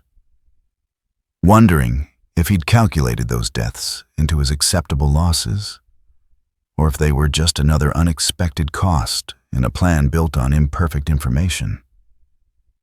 Where's Robot? Mark asked. Laboratory sublevel. He's been running diagnostics on recovered contamination samples. Mark took the elevator down. The facility was emptier than he remembered. Half the personnel had quit or requested transfers. GDA was bleeding talent people who'd signed up to defend Earth from external threats, not to calculate acceptable casualties among civilians. Cecil's successor, Acting Director Morrison, had been appointed in the chaos. Former logistics coordinator, good at spreadsheets, terrible at making decisions that required moral certainty. Mark found Robot in a sterile lab surrounded by monitoring equipment. The damaged faceplate had been replaced, but the new sensors lacked the familiar worn quality of the old ones. Everything looked too clean, too new, like trying to rebuild something that had been fundamentally broken. "Mark," Robot said without turning. "I wasn't expecting company. Figured you could use it. I don't experience loneliness the way humans do. My consciousness isn't dependent on social interaction for validation or emotional regulation." "That's not what I asked." Robot paused. Sensors dimmed slightly. "No, I suppose it wasn't." Mark looked at the samples. Tissue cultures, neural scans, data streams showing electromagnetic patterns that looked almost like language. "What are you working on?" "Attempting to understand how the entity interfaces with human neural architecture. If we can identify the exact mechanism, we might develop actual countermeasures instead of crude destructive pulses." "Any progress?" "Minimal. The entity doesn't operate through conventional biological vectors. It exists as information, pure pattern. It doesn't infect cells or hijack neurotransmitters. It convinces neurons they were always part of a larger network. Makes individual consciousness remember being collective, like Stockholm Syndrome at the quantum level." "Can we stop it?" "Stop it, no. Slow it. We already did. Disrupt it, possibly if we develop better understanding." Robot pulled up neural scans showing before and after contamination. "The problem is, the entity isn't wrong about the diagnosis." "What?" "Humans are isolated, limited by individual perspective, prone to fear and violence rooted in inability to truly understand each other. The entity accurately identifies these as fundamental problems with human consciousness." Robot sensors focused on Mark. A diagnosis can be accurate and still be used to justify a crime. The entity sees human isolation and offers forced connection, sees individual fear and offers collective erasure. The problems it identifies are real. The solutions it provides are violations. So it's not evolution. It's rape. Crude but essentially accurate. Consent matters. The entity doesn't seek it, just offers invitation while simultaneously rewriting neural architecture to make refusal impossible once contact occurs. Robot pulled up more data. That's what makes it effective.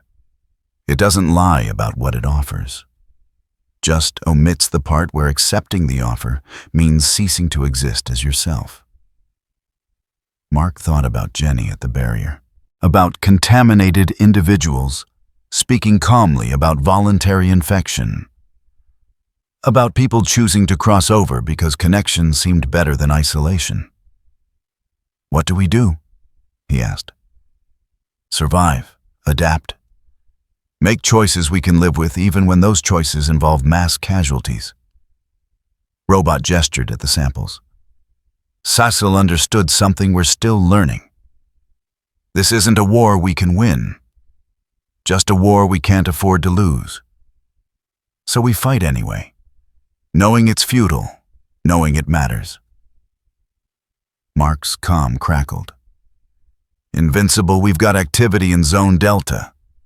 You're needed."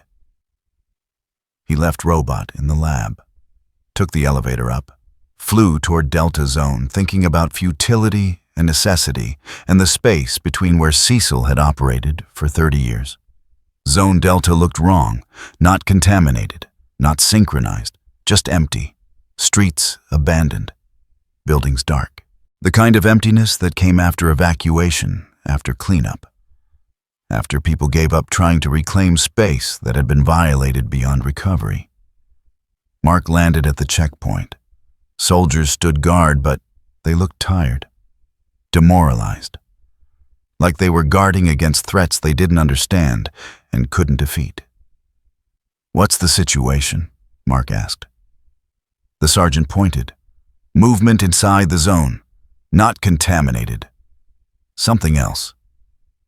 Mark looked, saw figures moving through the abandoned streets, not synchronized, not walking in formation, just people, normal people, scavengers probably, looters taking advantage of empty neighborhoods.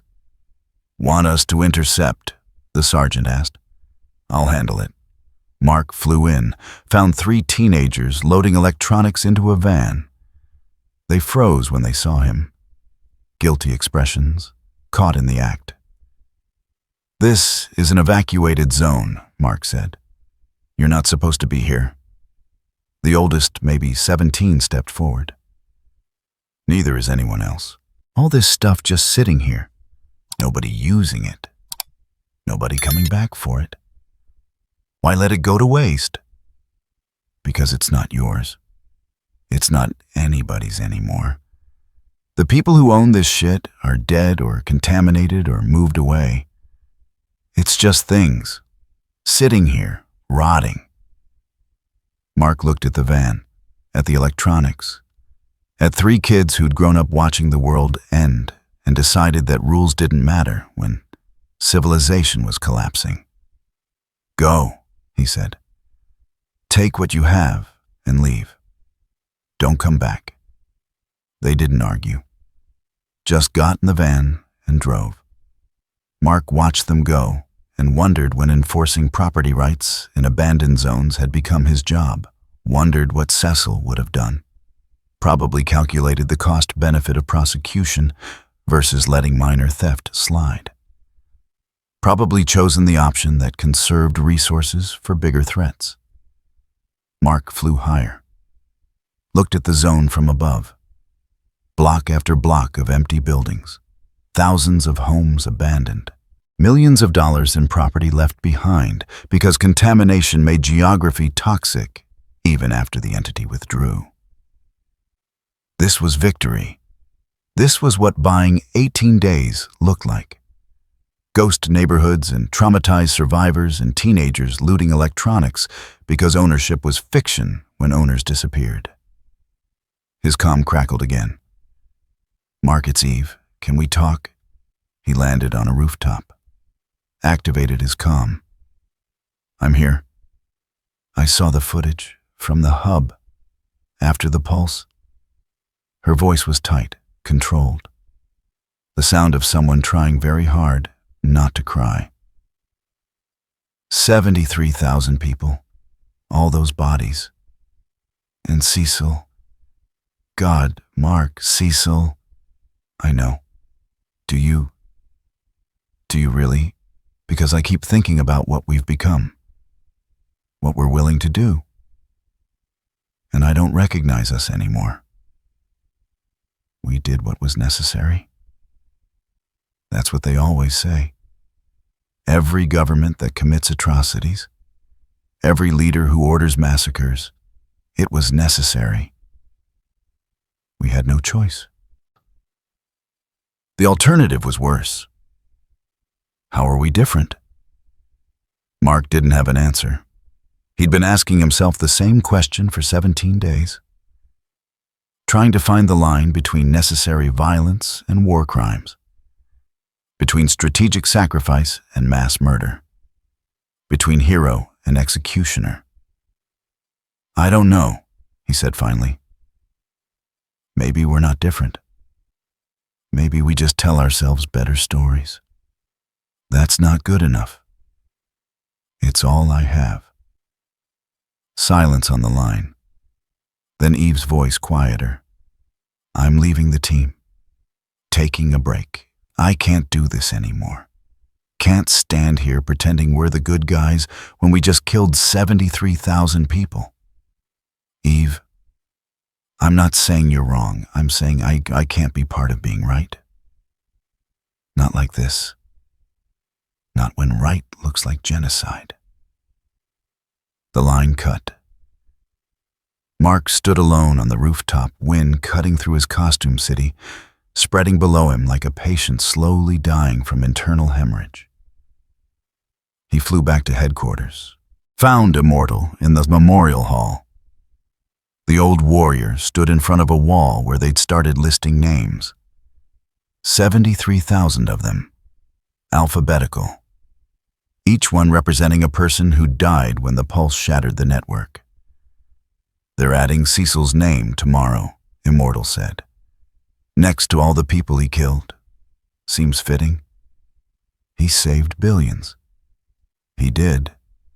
Doesn't change what he did to save them. Immortal traced his finger down the list.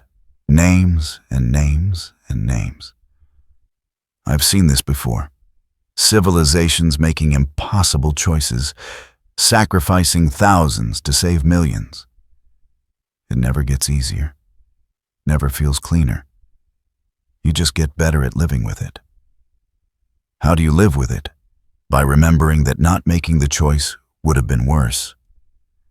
By accepting that sometimes all your options are terrible, and you just have to pick the least terrible and move forward.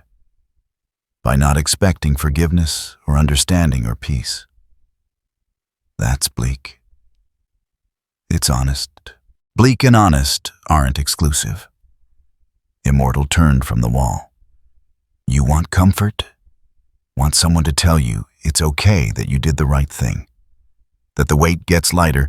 I can't give you that. Best I can offer is perspective. This moment, this choice, it's just one in a series you'll face. Each one harder than the last, each one costing more. Until eventually you either break or you become something that can't break anymore. Like Cecil. Like Cecil. Like me. Like everyone who survives long enough to see their principles tested against extinction. Immortal's ancient gaze held something that might have been sympathy, or might have been recognition.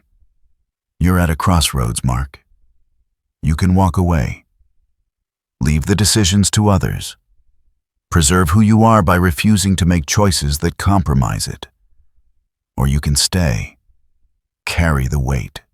Make the calls that need making even when they hurt. Both paths are valid. Neither is easy. Mark looked at the wall of names, at the evidence of choices made, at the ledger of acceptable casualties. I don't know how to walk away, he said. Then you've already chosen. Now you just have to learn to live with it. Immortal left. Mark stood alone in the memorial hall reading names he'd never know. People he'd never meet. Lives ended because someone calculated their deaths bought time. His phone buzzed. Message from his mom. Dinner this weekend. I miss you. Simple request. Normal request. The kind of thing that used to matter before the world started ending, and Mark learned what heroism actually cost. He texted back, I'll try. Knew he wouldn't make it. Knew something would come up. Knew that the distance between who he used to be and who he was becoming grew wider every time he chose duty over the people he loved. 3 days later, reports came in from Zone Alpha. Contamination spreading again.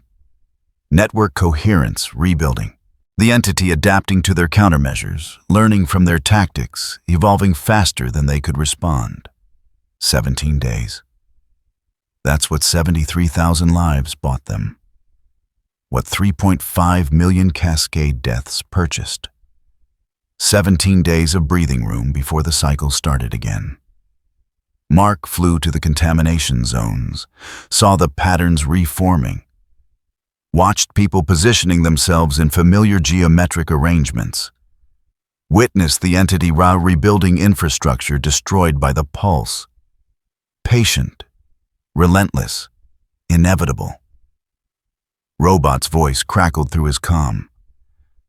Network coherence at 37% and climbing. At current rates, we'll reach critical mass in 42 days. So, we buy ourselves another month? Less. The entity is adapting. It won't concentrate in easily targeted hubs anymore. It's distributing, going wide instead of deep. Next time, we won't have a center to destroy. Just thousands of small nodes spread across the planet. Can we still disrupt it? Yes. With significantly higher civilian casualties, we'd need to deploy pulse devices in multiple locations simultaneously. Coordinate strikes across 6 continents, except that some devices will activate in partially evacuated zones. The numbers get worse. The numbers always got worse. That was the nature of escalation. Each response required more force. Each victory cost more lives. Each solution created problems that demanded worse solutions. Mark landed on a rooftop overlooking Zone Alpha, watched contaminated individuals moving through abandoned streets, watched the pattern rebuild, watched the entity demonstrate that disruption was temporary, but spreading was forever. "There has to be another way," he said. "There isn't. We've run every simulation, explored every alternative. This is the trajectory. We disrupt, it rebuilds. We escalate, it adapts. Until eventually, we run out of escalation options, or it runs out of human nodes to corrupt. And then we lose, or it wins, or something changes that we haven't predicted. Those are the only outcomes. Choose which one you can live with." Mark didn't choose. Just stood there watching the entity rebuild and trying to figure out when survival started feeling like slow-motion extinction. His comm crackled one more time. Different voice. Tired. Uncertain. Acting Director Morrison still learning how to fill shoes that would never fit. "Invincible, we've received communication from Viltrumite forces. Thrag is requesting meeting. Says he has information about the entity we need to hear." Mark's blood went cold. What kind of information?